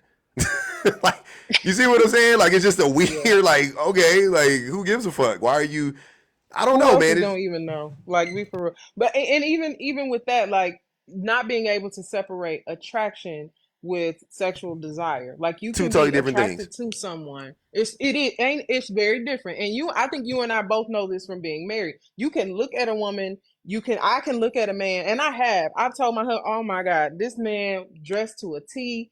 The Mm-hmm. beard was nice. Like he looked so nice today. And Mm-hmm. I told him he looked nice. My husband will not feel any type of way about that because, again, that doesn't mean that my impulse is I see somebody attractive and now I have to have that person. Yeah. Men see women that are attractive and now they ain't got no choice but to have that person. Mm-hmm. So they question themselves when they see somebody who, again, by all intents and purposes, what you look at is a woman. You see boobs, you see curves, you see beautiful hair, you see, socially, that is a woman. Like what you see, it fits the aesthetic of what we would consider a woman. And then you find out maybe or maybe not there's a penis underneath, and you go, oh my God, I can't think about that. Oh my God, that's a man. No, I don't care what nobody say, that's a man. But you looked at a dress, you looked at heels, you looked at boobs and curves, and you felt the type of way. Like for one, you didn't have to pursue that. You can keep your penis to yourself in real life. But you looked at all of the things, all of the aesthetic that makes up a woman that you say that you love about a woman. And the one thing that disturbs you the most is the possible idea that there is something underneath, something sinister that's hidden. And it's really not. Be able to be attracted and not have to engage in sex with everybody that you attracted to. Yep. And I think that's it was something that they was talking about on whoever podcast that was, Young Jock and his friend. He was talking about how, if I see my friend and he look good that day, I'm gonna be like, bro, hey man, you look good, bro. Like you doing it, hairline Yeah, look yeah, nice, yeah. blah blah blah. And they was like, no, no, no, no, you got to say he look fresh or something. And he was like, no, I'm telling my partner he looks good today. Like it ain't got nothing to do with his outfit. Something about his aura, his skin glowing, whatever. Like he said he ain't got a diddy bone in his body, which was just a whole other thing. But But he was like, I can look at my homeboy and notice like this dude looks good. Like Mm-hmm. that's hey, you look good today, and move on from that. But they couldn't wrap their heads around the idea of separating the two. But that's also why it's so disgusting to men that it's like if you notice about most of the rappers, if they talk about hitting women or if they are known abusers, nobody cares. If they For are real. known rapists of women, nobody cares. But the moment that you insert, hey, this dude is having these freak offs where he having sex with dudes, it's like, what? Wait a minute, that dude weird. I can't see. That's I the thing. can't get That's with the thing that. that makes him weird. That's the straw that broke the camel's Yeah. back. That's a Even Cat bridge too Williams far. said it. Like, if Diddy invites you to a party, you got to say no. But Mm-hmm. Hugh Hefner invited you. Hugh Hefner was having parties so wild that my man's who hosted Soul Train, I can't think of his name, but he was taking women to like his compound to his house and savagely Cornelius. raping them. Don Cornelius. Don Cornelius. Mm-hmm. People knew that he was savagely raping these women, but nobody cared because that's just the natural, and it's just what happens in Hollywood. But the moment that you insert that these guys are doing stuff with men, it's like, okay, the tide has shifted. That is Mm-hmm. horrible. That's disgusting, and it's despicable. You cannot do that. Like, Mm-hmm. you have to be able to see how these things connect and be able to separate. Like, okay, look, attraction, desire, and force are all different things. Yeah, they was wilding. They was wilding at the at the Playboy Mansion. I don't know what y'all if y'all ain't seen nothing, y'all go watch that documentary on the Playboy Mansion. They was tripping. Bill Cosby was. Let me put it like this: Bill Cosby used to go regularly. Yeah, so they was wilding. Don Cornelius also is he was a closeted allegedly a closeted gay man too. So who knows what he was doing. But yeah, I appreciate y'all, man. I appreciate it. We gonna like up the live. We at 12. We in the final hour. Let's bang the Cash App one time. I appreciate the Cash Apps. Let's keep them coming. Let's try to hit 100 this hour. I ain't even there yet. Or we at 160,000. Let's get to 200,000 likes, man. We got 550 people in here. What up, Allie? Hey, how are you? We good. Two things that I wanted to say. Number one, to the prompt, I agree with everything that you all have been saying over the last few hours. Men can't afford the lifestyle. I mean, like overall, I think we can only all of us collectively as a group can probably name about maybe one or two people that might live outside our own tax bracket. The rest of us are living very humbly, and especially those without partners. I can't remember who said it, but it was somebody I heard say something along these lines in another live that I was in a few days ago, and they said it's so funny how men are so quick to diminish jobs that women do when they're like traditional wives, like cooking and cleaning, but they lead in the numbers when it comes to jobs like janitors and chefs and fully commit to the job role, getting paid like minimum wage to do it. But it's not real work though. And I thought that was such an interesting point because it's like y'all lead in those jobs. Y'all lead. But when it comes to your wives, because you look at her as a wife slave, of course, you're going to diminish what she's doing because she's not doing what you're doing. Let you tell it. She's just cooking and cleaning. And that's every other day, Mm-hmm. so called. Another point that I wanted to bring out, I wanted to just circle back to Mr. Handsome's comments in regards to sexual assault, or essay, excuse me, You good? essay. And how women are not penalized or charged. I really want men, if you're gonna speak on this, to really like know your facts and information when it comes to this topic. One, because it's triggering, and two, you sound dumb. You sound dumb when you come up here and you don't like do a simple Google search. Like while we were talking, while I was listening to him talk, I did a simple Google search, and like I found out the answers to all of his misogynistic questions. Uh-oh. That mic cut off. She got that call.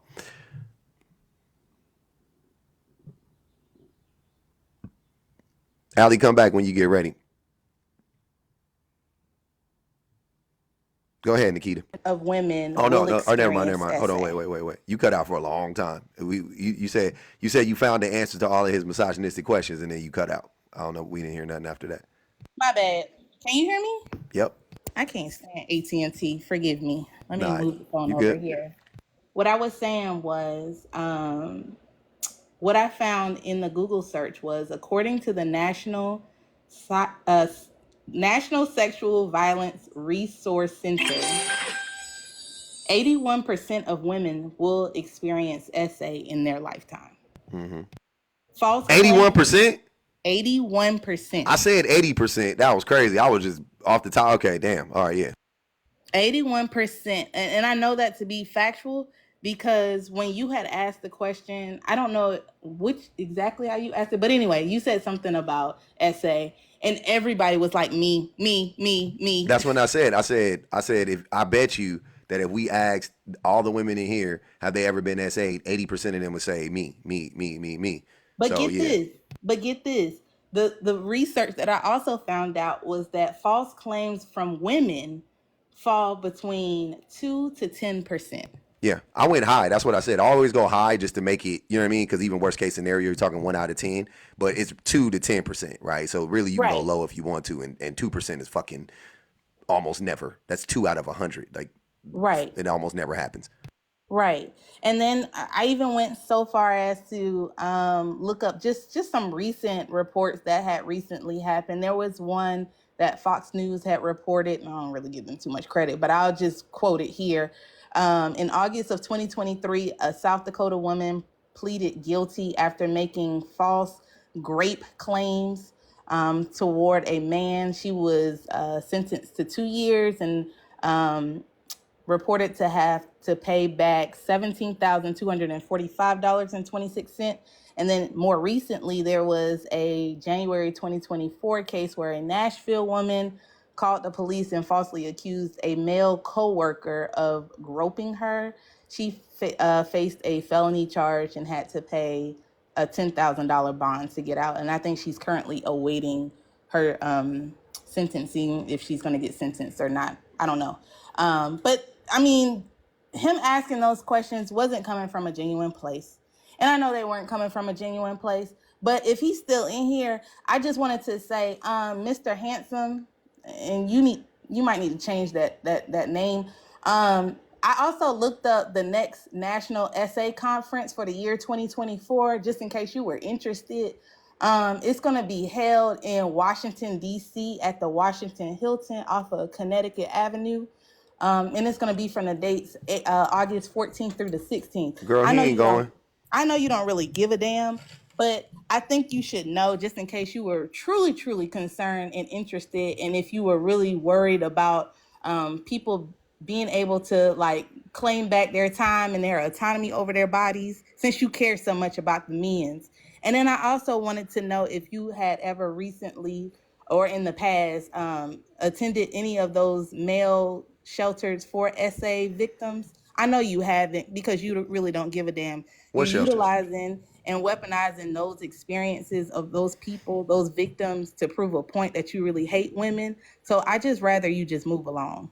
That's all I wanted to say. I don't know what shelters you talking about. I ain't never. They got real I thought they opened them up, and I thought it was a grand opening, grand closing kind of situation. They got some real shelters for them. Usually, the men. I don't know if men know this, but like the like the shelter for battered women, they'll also take in men too. They'll help men too. So when I was talking to them a few months ago when I had more free time, I was going to volunteer there, and I was like getting everything together, and they were like, that was like a part of like what I found out. I was like, oh, they take men in too. Look at that. So these men can like stop fucking playing this dumbass game and like nobody cares about men. They do. They actually do. You can go there. So all right. What's good, Nikita? Hi everyone. So I'm a hit on two things as well. The traditional wife and not being able to afford one. Men can't even afford women that work and still have traditional roles. Specifically myself, I work. I make well into six figures. I am married, just recently married, and my husband doesn't make as much as I do, but he still want to pay all the bills. These men have to Why does he stop. want to pay all the bills? Why does he want to? Hmm? Because he look at himself as a provider. He said his dad did it with his mom. Again, it was a different situation, different time because she's an older woman and she did stay home and take care of the kids while his dad went off to work. But that's just something that he wants to do. Um, I mean, now, but he wants to pay all the bills, but is he trying to do that to skirt his responsibilities in the home? no, that's the point I was gonna make. Oh, That was okay, go ahead. So, although, because I also work remotely, so I work from home. So I can't say being as though that I do work from home, I still tend to do more of the housework and the cleaning and things like that because I'm home. But he does come home and he takes care of things that he sees that needs to be taken care of, whether it's taking out the trash, I'll cook dinner, he'll do the dishes. He does the laundry. Matter of fact, he does more the laundry than I do. So he doesn't believe that, I go out here and I make the coins and I pay the bills and even with me staying home, he still doesn't have that mindset that I have to do certain things just because I'm the woman, if that makes sense. Facts. We don't have any children together, but I do have a 9-year-old, which, I'm teaching her to, responsibility, keeping her room clean and things like that. But even with having her, um, I'm not able to be that, traditional mom. Having her, I feel like I put more work still though into him than I do her. And I say that because him being a truck driver, sometimes he doesn't come home for 2-3 days.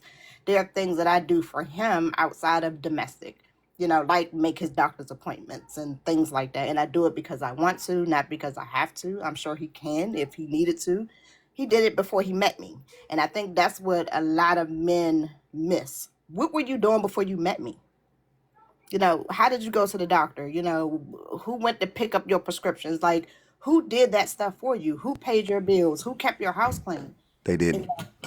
I'm sorry. I said they didn't. That's the answer. A lot of men don't do that before they meet a You know woman. what? And that's sad. It's really sad. And I do believe, as you said, most men want to be married because they want to skirt those responsibilities.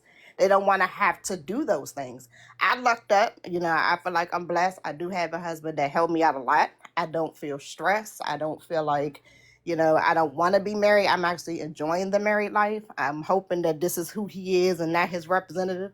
God, please. But Lord willing. right. But I do, tip my hat off to the men such as yourself and my husband that do see the value in what we do. It's not just about them. I work 10 to 12 hours. Most of us do too. And still cook and clean and take care of the children. Facts. So that's the one point that I wanted to make. The second thing is this essay thing. As a woman that was molested as a child, I'm not sure how much I can say and not say, so I'm gonna be as I'm gonna try to tone it down as much as I can. And sexually assaulted or essayed, I'm sorry, Yeah. as a teenager and an adult by my mother's boyfriends. Um, it's hurtful and it hits me in a place where I feel that a lot of men are so insensitive to the women that go through it or that have gone through it. It happens so often. It happens so often to the point where I have 3 girls. I purposefully did not get married because I was afraid, of bringing a man into my home around my girls. Hmm. And, they don't understand. Again, it takes it back to the women choosing the bear over the men.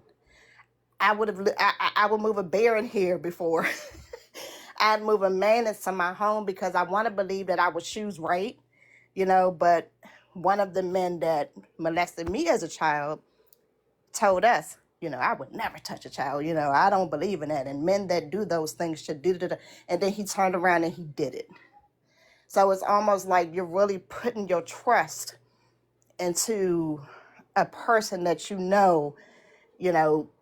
80 something % of the time or more essay women children, so on and so forth. I'm not saying that women don't, but we all can agree statistically it happens more often with men. So it's just so insensitive to hear these men try to skirt and make excuses for why, men do what they do and then try to replace it with what women do. Like, dude, it doesn't compare. It does not compare. And I also want to say that I just commend you on doing these lives. They're very educational. They actually help me as someone, like I said, that have experience being essay and molested. And you're the first live that I've ever sat on, and literally can't wait to see your little thing pop up that says public wants you to join his live. Dope. I really appreciate it. And the women on here, the women are amazing, very intellectual, but some of these guys need to pick up a book and do some research. Please, I implore you to please pick up a book. Well, I don't think they want to read.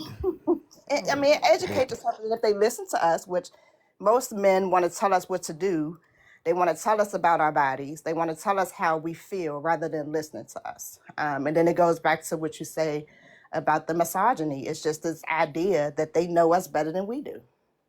We're wrong. Yeah, that'd be the wildest shit. That men be really up here acting like they know more about women.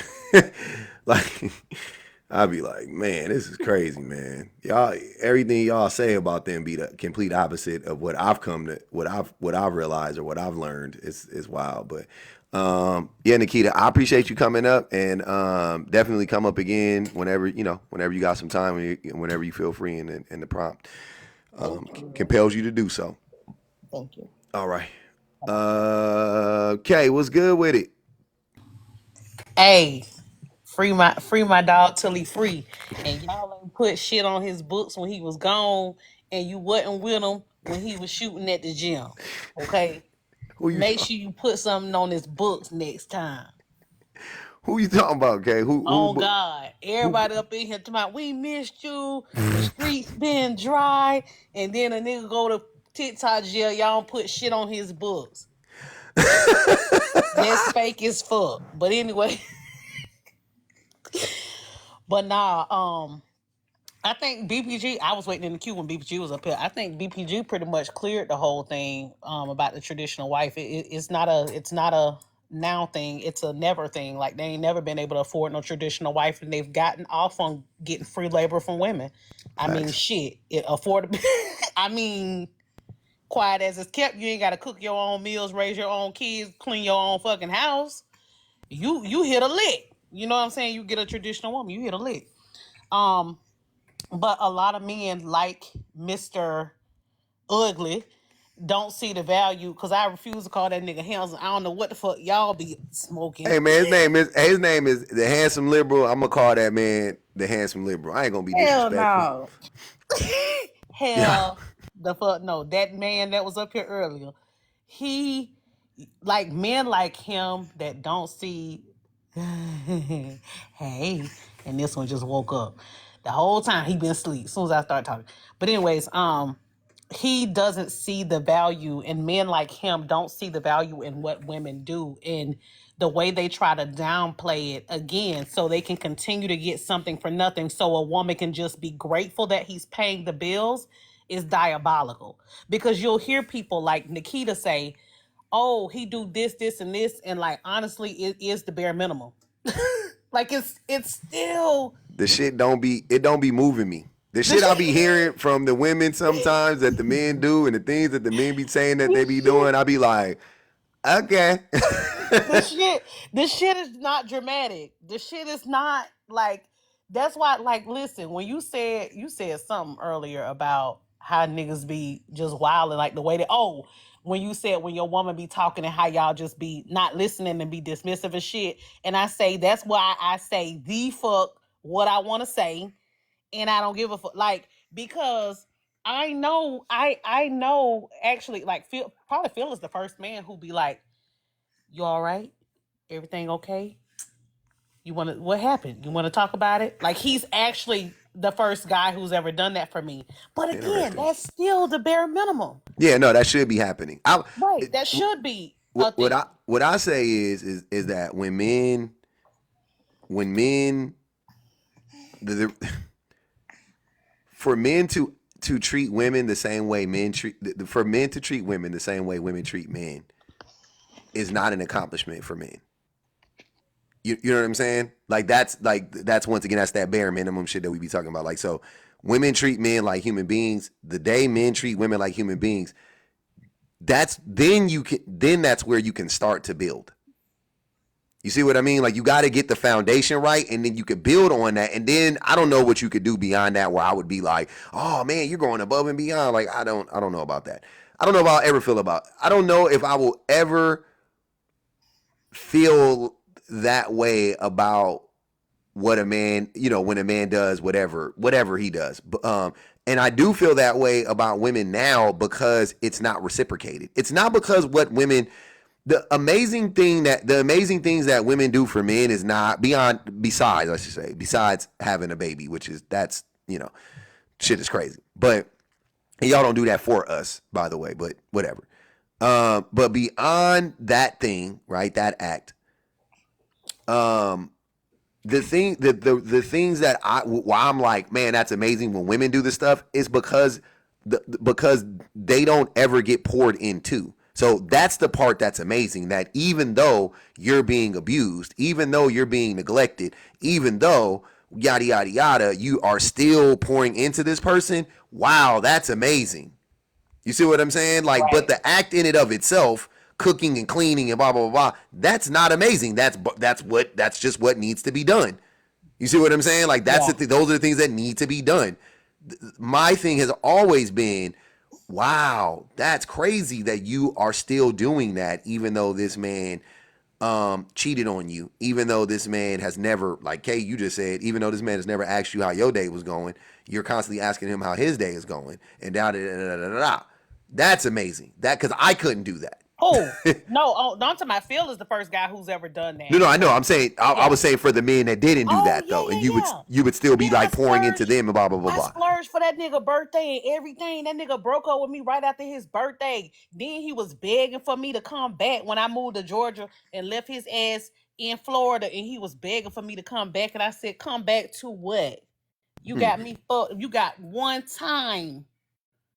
Period. But yeah, I find myself in these conversations with these fucking boomers where it's like, he's a good man, Savannah. And I'm like, because he show up for his kids, because he clock out for his hour lunch break and come home and help me bathe them. Oh yeah, the fuck.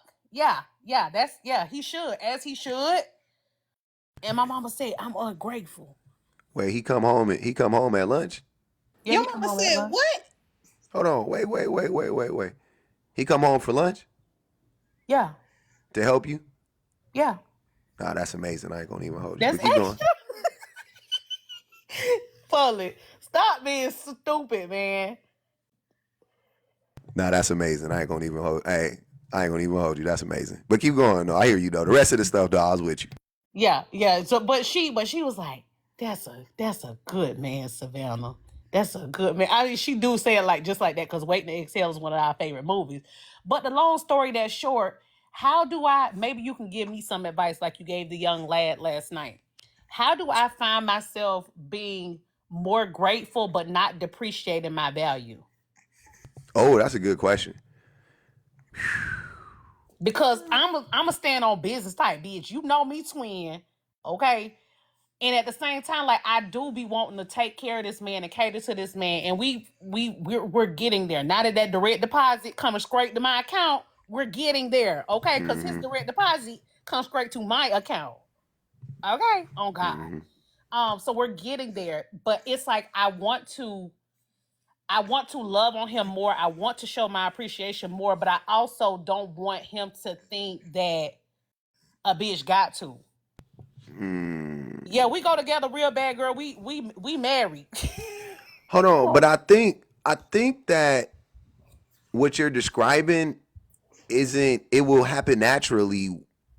You know what I'm saying? Like, I don't know. Maybe I'm tripping.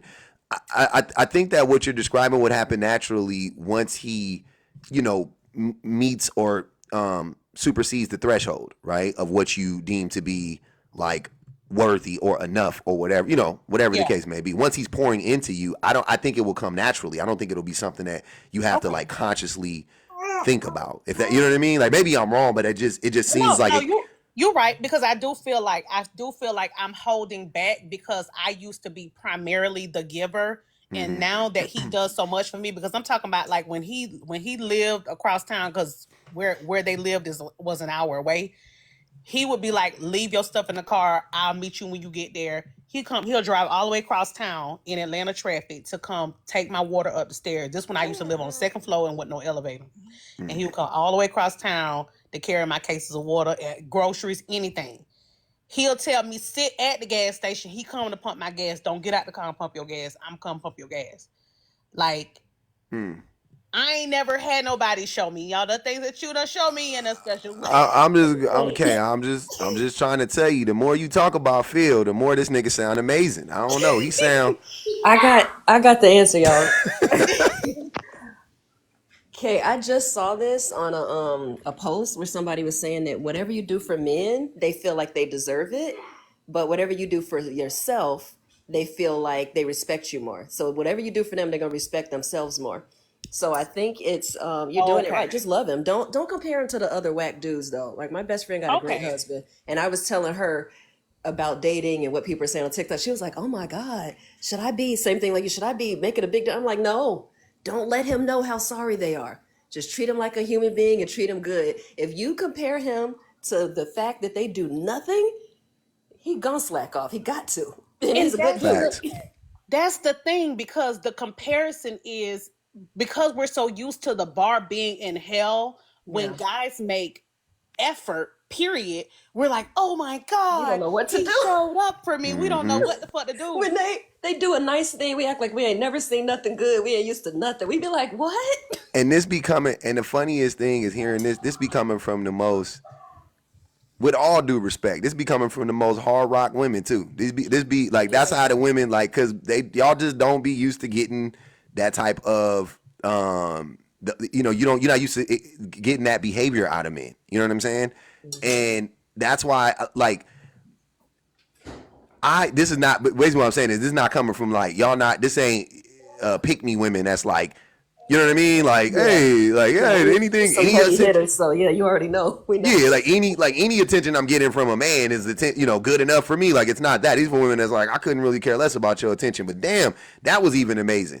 Yeah. And I would say that being one, the type of man that will be in these situations, I don't ever compare myself to other men ever.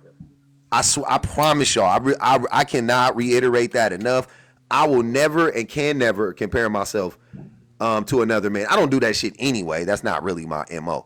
But especially when it comes to relationships and parenthood, hell no. Never am I. I don't even pay attention to what fathers do. You know what I'm saying? Like I don't even pay attention to like what other dads be doing. You know what I mean? Like when they do good or whatever the case may be. I do be clocking like how I'll notice how like on my son's teams, all the logistical shit will be organized by the women. The things that's like the hard thing, I feel like the stuff that's the most, with the least amount of reward, I would say it's like the planning of the carnival, like all that stuff will be ran by women, right? But the coach who gets all the praise and only has to show up to practice 1 hour a week or whatever the case may be, those be the men. But we're gonna the fundraising, the snack booth and all of that be women in there. It be 99% women in there. You know what I'm saying? So I do be clocking that shit, but I don't be when I see men and what men do. I don't outside of work. Like at my work, of course, it's a competition. I'm in sales. It's a competition, but but outside of like I don't pay.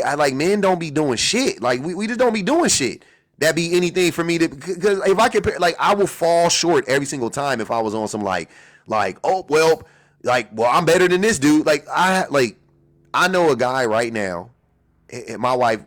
Anyways, I don't want to get too deep into it. I know of a person who he I don't think he likes his kids. I don't think he likes his kids. When he goes on vacations with his children, he always complains. When he goes on vacation with just him and his wife, he loves it. He's reluctant to pay. Like, he don't have the money to pay for the vacation when all the kids got to go. When it's the vacation for him and his wife, he pays all the money. Like, you know what I'm saying? Like, I'm like, man, when he's around them, he just seems so agitated and he's always mad and upset and he don't Are the pay kids attention. young? They're young, yeah, they're young. Like younger than 10? No, the youngest one is younger than 10. The youngest two are younger than 10, but Yeah, one's that older. makes sense. That, But yeah, I get it. I don't get it, but I hear that too. But like, and if I can pick, like, for me personally, if I looked at myself and I compare myself as a father and was like, well, at least I don't hate my kids. You know what I'm saying? Like, well, at least I listen to my son when he, man, I still will be falling short, I almost guarantee you. So instead, I've told you that I'm in competition with my wife. Like, when my wife is doing something with my kids, I'm like, oh, that's what I should be doing. You know what I'm saying? When she is taking the time out and she's like doing arts and crafts with them, I'm like, oh, I should be doing arts and crafts with them right now. Let me stop doing whatever I'm doing and go do the arts and crafts with them. When I'm upstairs and they're downstairs, I hear them keying and shit. My brain goes, oh, get off the whatever you doing, get out the bed, go downstairs and go sit with them and go laugh and being on it, So that's what I found myself doing. When it's time for them to go get in the bath, don't just sit downstairs and still be looking at your phone. Go upstairs and go help them get, when they get out the bath. Like, that's where how I'm doing it. I'm like trying to keep up with her, right? And that's tough because she be just doing the shit, feel natural to her, but I'm sure it's not because she be stressed the fuck out. But she just does it effortlessly, and I'm like, cool, let me do that. But I promise y'all, as a man, if I compare myself to men, other fathers, I wouldn't stand a chance. Like, I wouldn't stand a chance. And a lot of dudes, though, what they'll do is they'll be like, I'm better than every man I know. Their girl will be like, you're still not good enough. They feel slighted somehow. They feel like the woman doesn't appreciate them. They leave the woman and go downgrade, or whatever you want to say, and go find a woman that is willing to accept where that man is. That's what happens a lot of times. Or they make it unbearable for the woman that's in the relationship. The woman leaves, and then he goes finally and goes and gets him a girl that's like, he's a good man, Savannah, because he is just in the house every night. And he has a job, and he don't cheat and he don't beat. Like, and there's a lot of women out there that'll think that that's a good man. Like, that constitutes a good man. That's above and beyond. Like, there definitely a bunch of women that think that. And that's the thing, because again, sometimes the people that I've gotten the feedback from, what Ashley said, appreciate the breadcrumbs because other women don't get anything. Like, you should be grateful. And again, I am grateful. Like, I Of course. am. Yeah. And I feel like I need to be more forthcoming with that. And I've allowed myself to kind of shut down because of, the trust or whatever the case may be. But I know what I got to do. You just got to give him that For vagina. him, it's so simple. Like, if he walked in this door right now and I say, thank you so much for all you do, that man gonna start crying.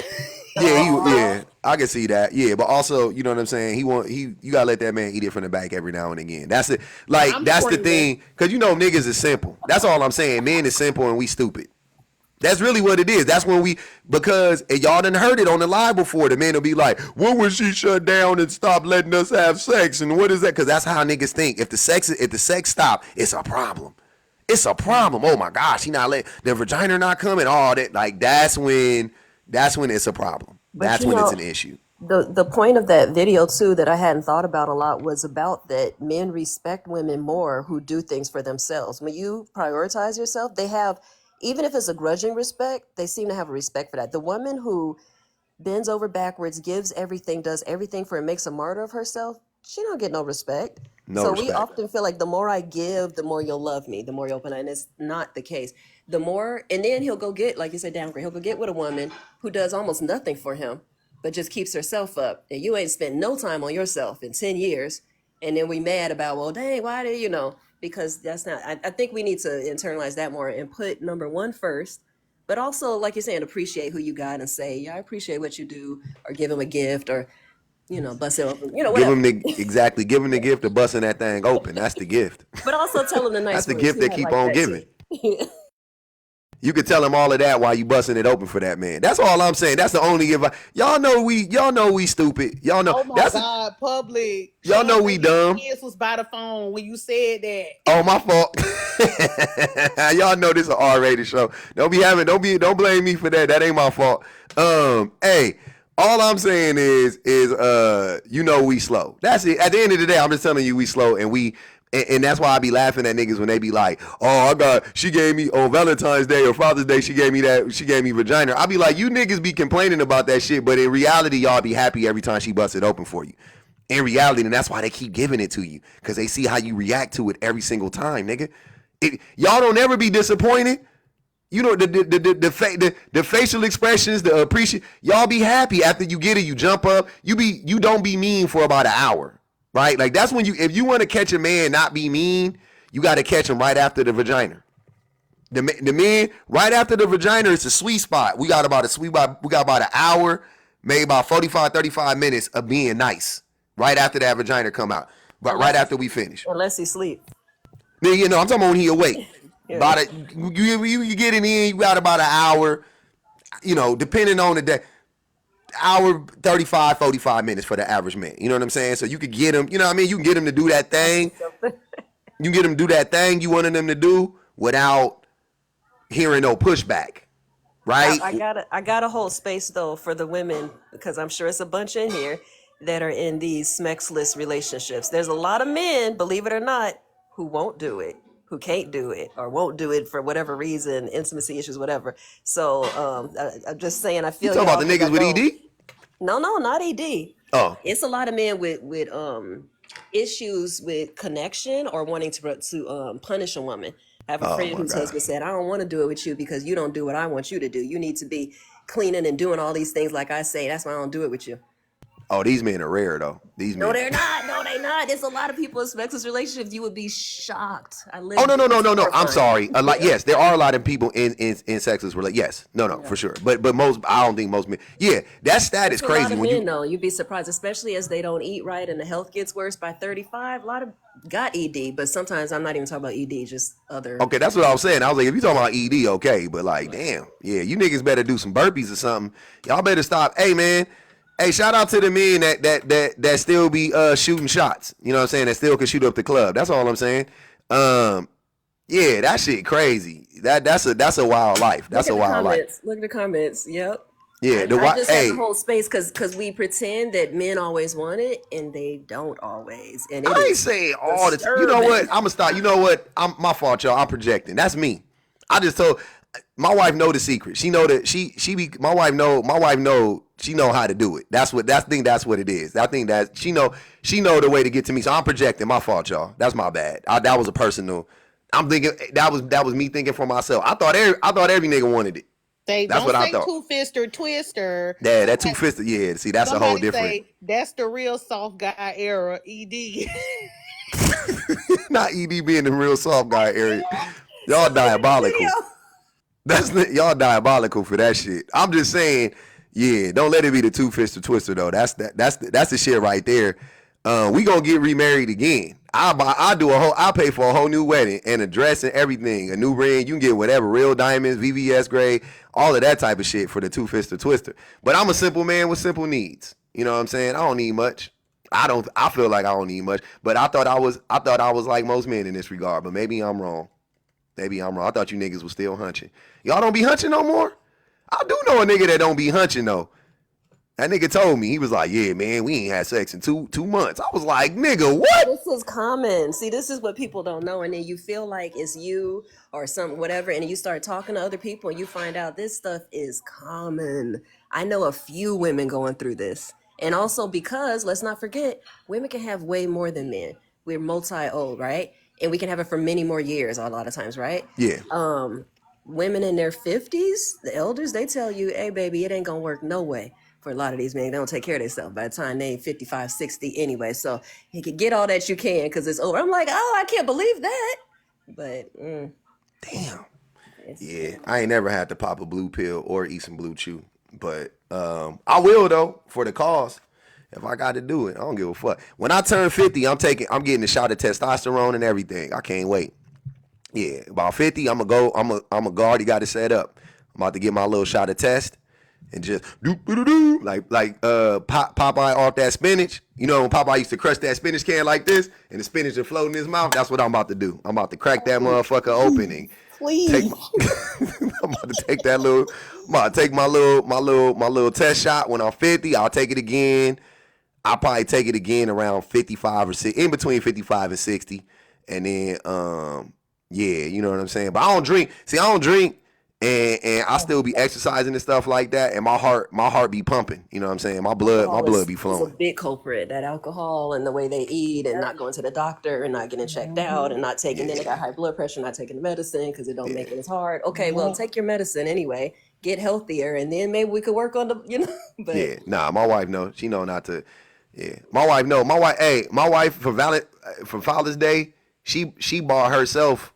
She bought herself like some toys and some teddies and shit like that. That was her gift to me, was her buying a teddy for her and some straps and some shit like that for herself. She knew how to get, she know the way to a nigga heart. That's all I'm saying. You gotta know a nigga love language. That you gotta know the man love language. I don't even believe in that shit, but she know mine. She speak that shit fluently. She did exactly what I said. Oh damn. Happy Father's Day. I'm excited for Father's Day again this year. I can't wait to see what she gonna break out for your boy. you don't want a tie, just a tie. Tie her up? Yeah. Tie her up. Y'all have fun, enjoy it. I know how to hog tie people. I ain't like R. Kelly. I ain't gonna lie about it. I hog tie. I know how. I'm a city boy, but I can hog tie her. We gon', you know what I'm saying? They got the straps for it. TMI. I don't know how to hog tie. I'm just playing. But go ahead. Thanks for the advice, y'all. Appreciate it. All right, Kay. Bye, cousins. Peace. Go ahead, Mona. Mona Lisa. Oh. Hey, y'all, hold on 1 second, okay? Hold on 1 second for me, all right? Yeah.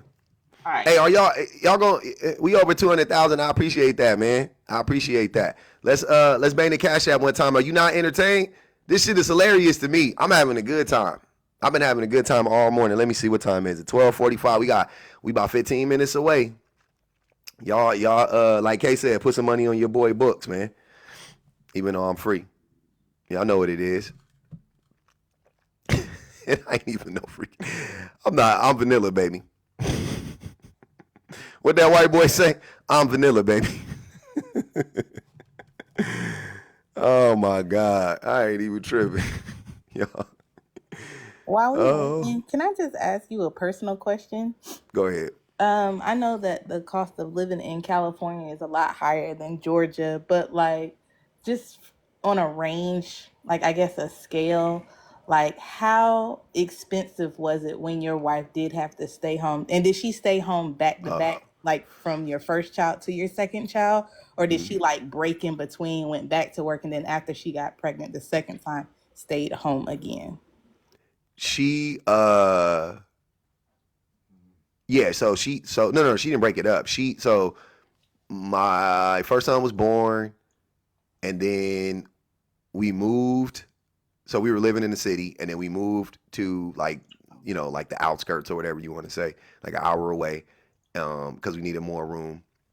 And we were paying this was whatever 12 years ago. So we were paying, I think we were paying like $1,600 a month for like a 2-bedroom duplex in Long Beach. And then we moved an hour away, and we got we paid $1,800 a month for a 2,500 square foot house with a backyard, 2-car garage, all that stuff, right? So that was why we moved. But for $1,800, it was like whatever. Like I could pay that easily. And then I got a new job, and I started making like a bunch of money. Like that was when my money making bonanza whatever kicked in. Like I just started making a shit ton of money all of a sudden. Well, prior to that, I was making like half the money that I started making the next. Like literally, I went from making like whatever. I don't want to get personal, but like I literally doubled the amount of money I made in 1 year going to a different job. So I started making all this money, and then in the midst of that, she lost her job. The company she was working for actually closed down. When like they fired her, the company closed down. And then she was like, okay, she was working remotely that whole time, But then at that point, it was like, I can't, you know what I'm saying? We got a baby. I don't, going to work just didn't seem feasible. So I was just like, she was just like, okay, I'll just stay home. And I was like, all right, cool. Like, that was a conversation. Like, it wasn't like we even really sat up there and, it was just like, yeah, we can afford it. Like, you make enough money, blah, blah, blah. I was like, yeah, cool, bet, ready. So that's how it happened. And then my second child was born. And then that was like 3 years later. And then my second child was born. And then we waited like another year. And then we moved and downsized and got a smaller apartment. And I paid like less money. And then, because my wife was going to go back to school, so I wasn't going to be able to work as much, I thought. But I ended up getting another job, and I still made the same amount of money, but we downsized. We saved a lot of money there, and my wife went to school, and then she got her master's, and then that was the whole, like, 3, you know what I mean? Like, it was like a total like 5 years. So that was the whole time. Like, that was the window or whatever. And she did that, and then once she got her master's, and then we moved back to she got a new job, moved back to the city. Now, so my wife said my timeline is wrong. Maybe I don't know. My memory ain't that good, but yeah, that was pretty much what happened. So she does. That's what it was. For us, it was just she worked from home. Oh, okay. Oh, okay. Yeah. Okay, she corrected me. Anyways, that's what it was. That's what it was for us. So yeah, it was, and it's expensive and all of that stuff. And oh yeah, she did. See, I forgot about that. She texting me right now. I'm seeing my wife be watching the live, just so y'all know. So she was texting me right now. But yeah, that's what it was. But yeah, she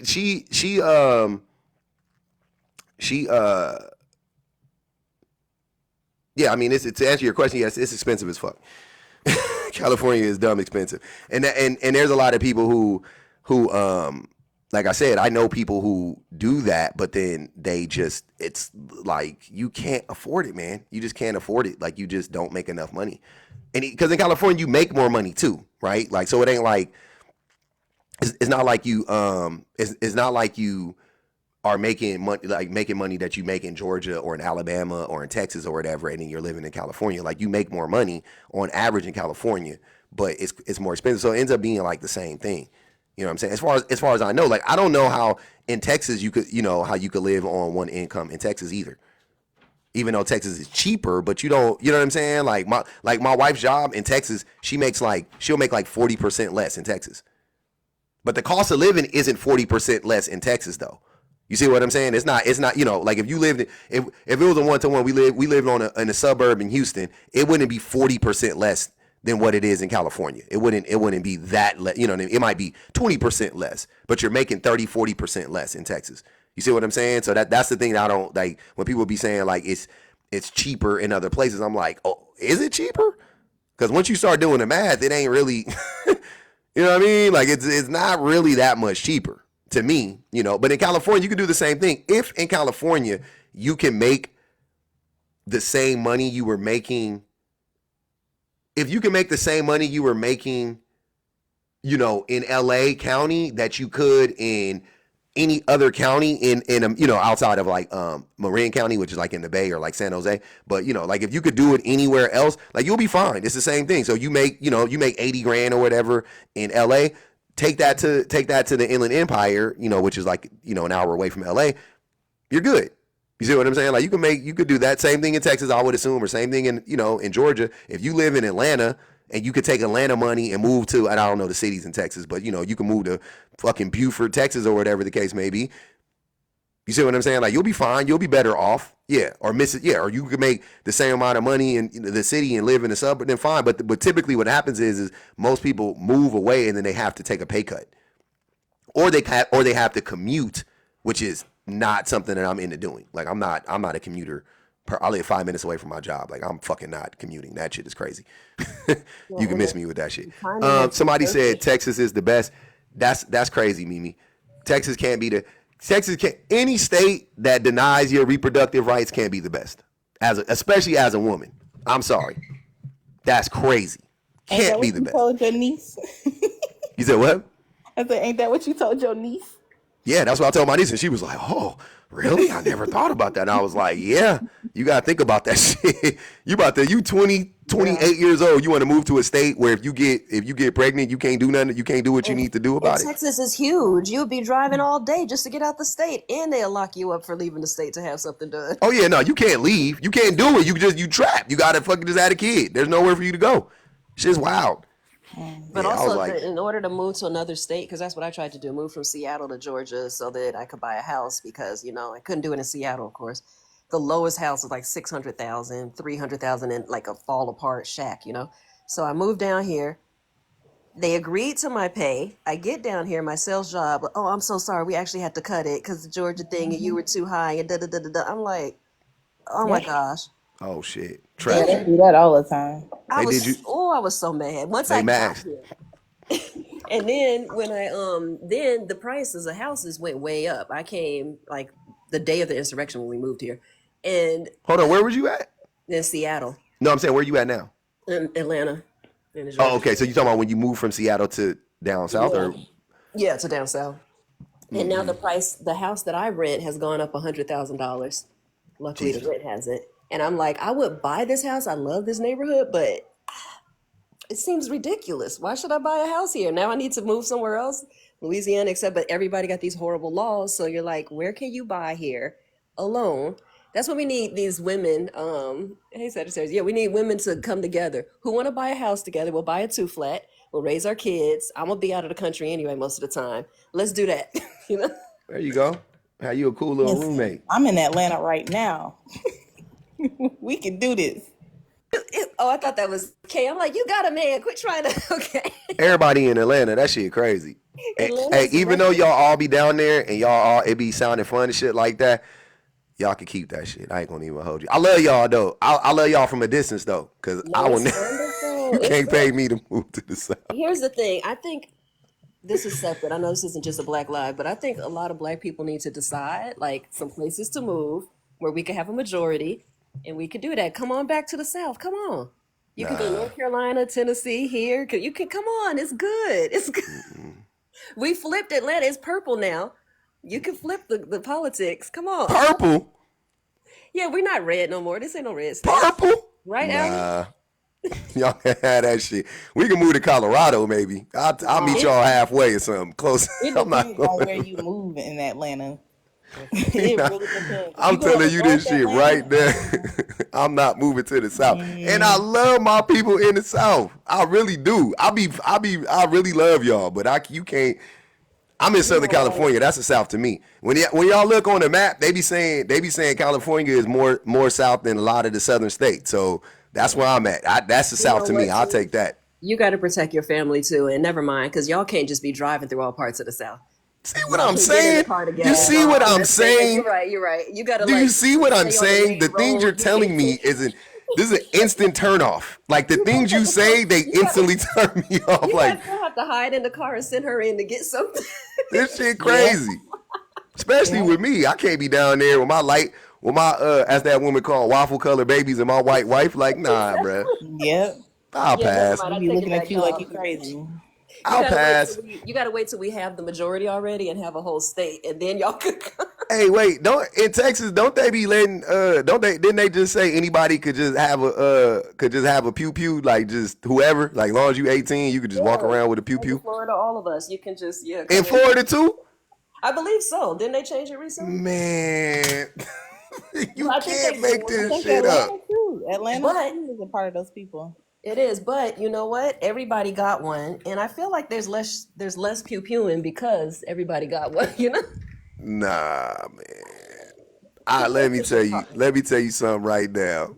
There's a reason why the West used to be called the Wild Wild West. Everybody had a gun in their host. Everybody was walking around like Yosemite Sam, and motherfuckers was getting pew pewed on the daily. Like that shit don't make no sense. Every day.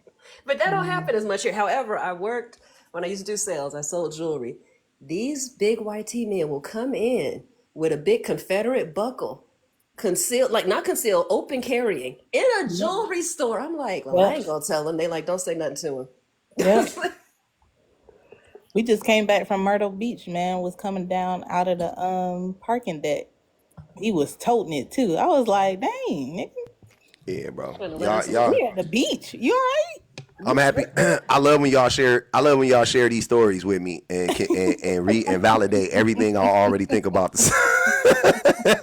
I love it when y'all share these stories with me. I'll be hyped like, yeah, tell me more. So it is as trash as I think it is. I ain't missing nothing. Bet, got No, you. you missing all this blackness, all this fun, That's all the this only thing I mystery, want. all That's the this only thing that's cool ancestry. about it. That's the only thing that's that's intriguing. Like everything else, I'll be like, nah, I can't do it, The man. fact that I could get good grits and sweet tea almost anywhere I go makes it worth it. That sounds fun. That shit sounds fun. In theory, I'll visit though. That's what I'm saying. I'll visit. I'll drive down there with my son one day. We'll go down there and have some fun in the South. But You driving down here? What? yeah, That's my baby terrible. can't. My baby can't fly. My oldest Oh, son, he not a Okay. yeah. he not a plane guy. So we gonna have to drive. We gonna have to take a little cross country. You know what I'm That'll be saying? A little fun. thing. You know, a little trippy trip. You know, Just be I'll take him careful down which there. way you come. You Don't said be what? driving through. Be careful which way you come. Don't take that shortcut through Mississippi. See what I'm saying? Do you see what I'm Yeah. saying? Like you're saying the thing that I think, but I feel like it may Alabama. be like that's the thing that I think. And No, you're you like, know, yeah, that don't drive through there. Like the whole state? Okay, bet. not the whole Not state. the Like the whole state is state. okay, but I'm No. saying there's like a way. We did this one time. I think I was telling a story yesterday. My ex, okay, so we're Muslim. He gonna stop. We go this shortcut way. A truck driver we knew told us to go through Mississippi to get quicker. To we're going to Missouri, and he want to stop and make prayer. I'm like, hey, let's wait till we get to Jackson. There's a mosque, and we're on an exit where there's no sign for like here's a restaurant, here's this, here's a gas station. Mhm. All up and down that highway, not anything on any of those signs, no businesses. They're saying don't stop, right? We stop. He gets out, get the prayer rug. I'm like, oh, this is it. Oh, we about to be up. One see Mhm. man pull up in a big old truck. Told us, y'all all right now? I said, Yep. yes, sir. Yes, sir. We're leaving. We're leaving. Get in the car. Get in the car. It And be I'm like, pitch black too. It be pitch black. it You was don't have no daytime. I streets. wouldn't have gone at night. At night, pull over and go to a hotel. But They be having ditches. And I was I, like, this is why you don't do this, because I shouldn't have gone that way. Stay on the main roads. That's what I'm saying. Don't take no yeah. shortcut. Hey, I when it ain't my favorite TLC song. It's probably one of my least favorite TLC songs. But they said stick to the rivers and the lakes that you used to, and I took that shit to heart. I really bought into that shit. I was like, yeah, nah, I'm good. We good. I'm good out here. I like the city. You know what I'm saying? I like where I'm at for the most part. I hate it and I love it's it's a love hate thing, but yeah, when I get to comparing it, I'm like, nah, I can't do it. And also, my son having autism, moving to the South just is it's counterintuitive. The South don't give a fuck about kids, but they definitely don't care about kids with special needs. Yeah, Can't you do it. have to fight real hard for things. There is help, but it's not the same, and you don't get way more in California. That's true. Anyway, that's it. Y'all have a good one. I'm gonna go back to work. All right, Me y'all. too. I I gotta. gotta go back to work. All right, man. Yeah, it's perfect timing too. It's 1:00, man. We made it. That was a good live. I had a good time. I appreciate y'all, man. Shout out to the new subs, all the old subs. Shout out to the haters, man. Haters, come back tomorrow, man. Come back tomorrow. Come back tomorrow, haters. We need y'all, man. Shout out to everybody that banged the Cash App 1 or 2 times. Y'all highly appreciate it. Highly appreciate it. We gotta keep the live alive, man. They confirmed every one of my suspicions. They confirmed every one of my fucking suspicions. But I already knew though. I know what it is.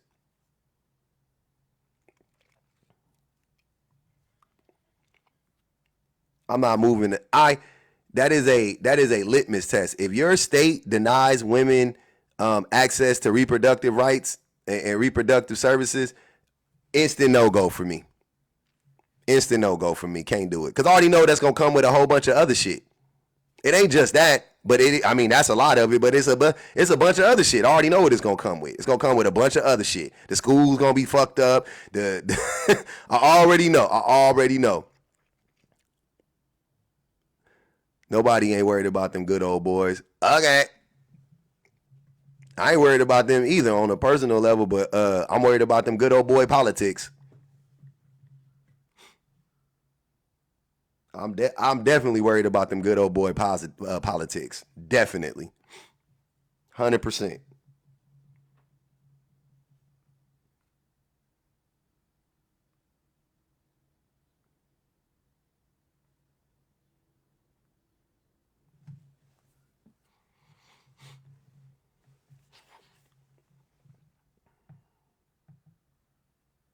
Damn.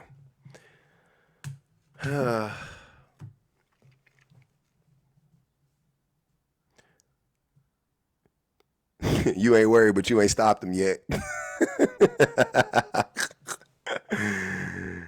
Yeah, North Carolina, good old boy state too. Yeah, you ain't got to tell me. Look, I'm gonna tell you the states that I already know. Look, matter of fact, I'll tell you there's about 3 states I would move to. Maybe 4. Politically, I would say, but whether I wouldn't do it. But politically, I could move there. I could live in New York, Massachusetts, barely Massachusetts, but I could live in Massachusetts, Washington, Cali, and Colorado. That's it.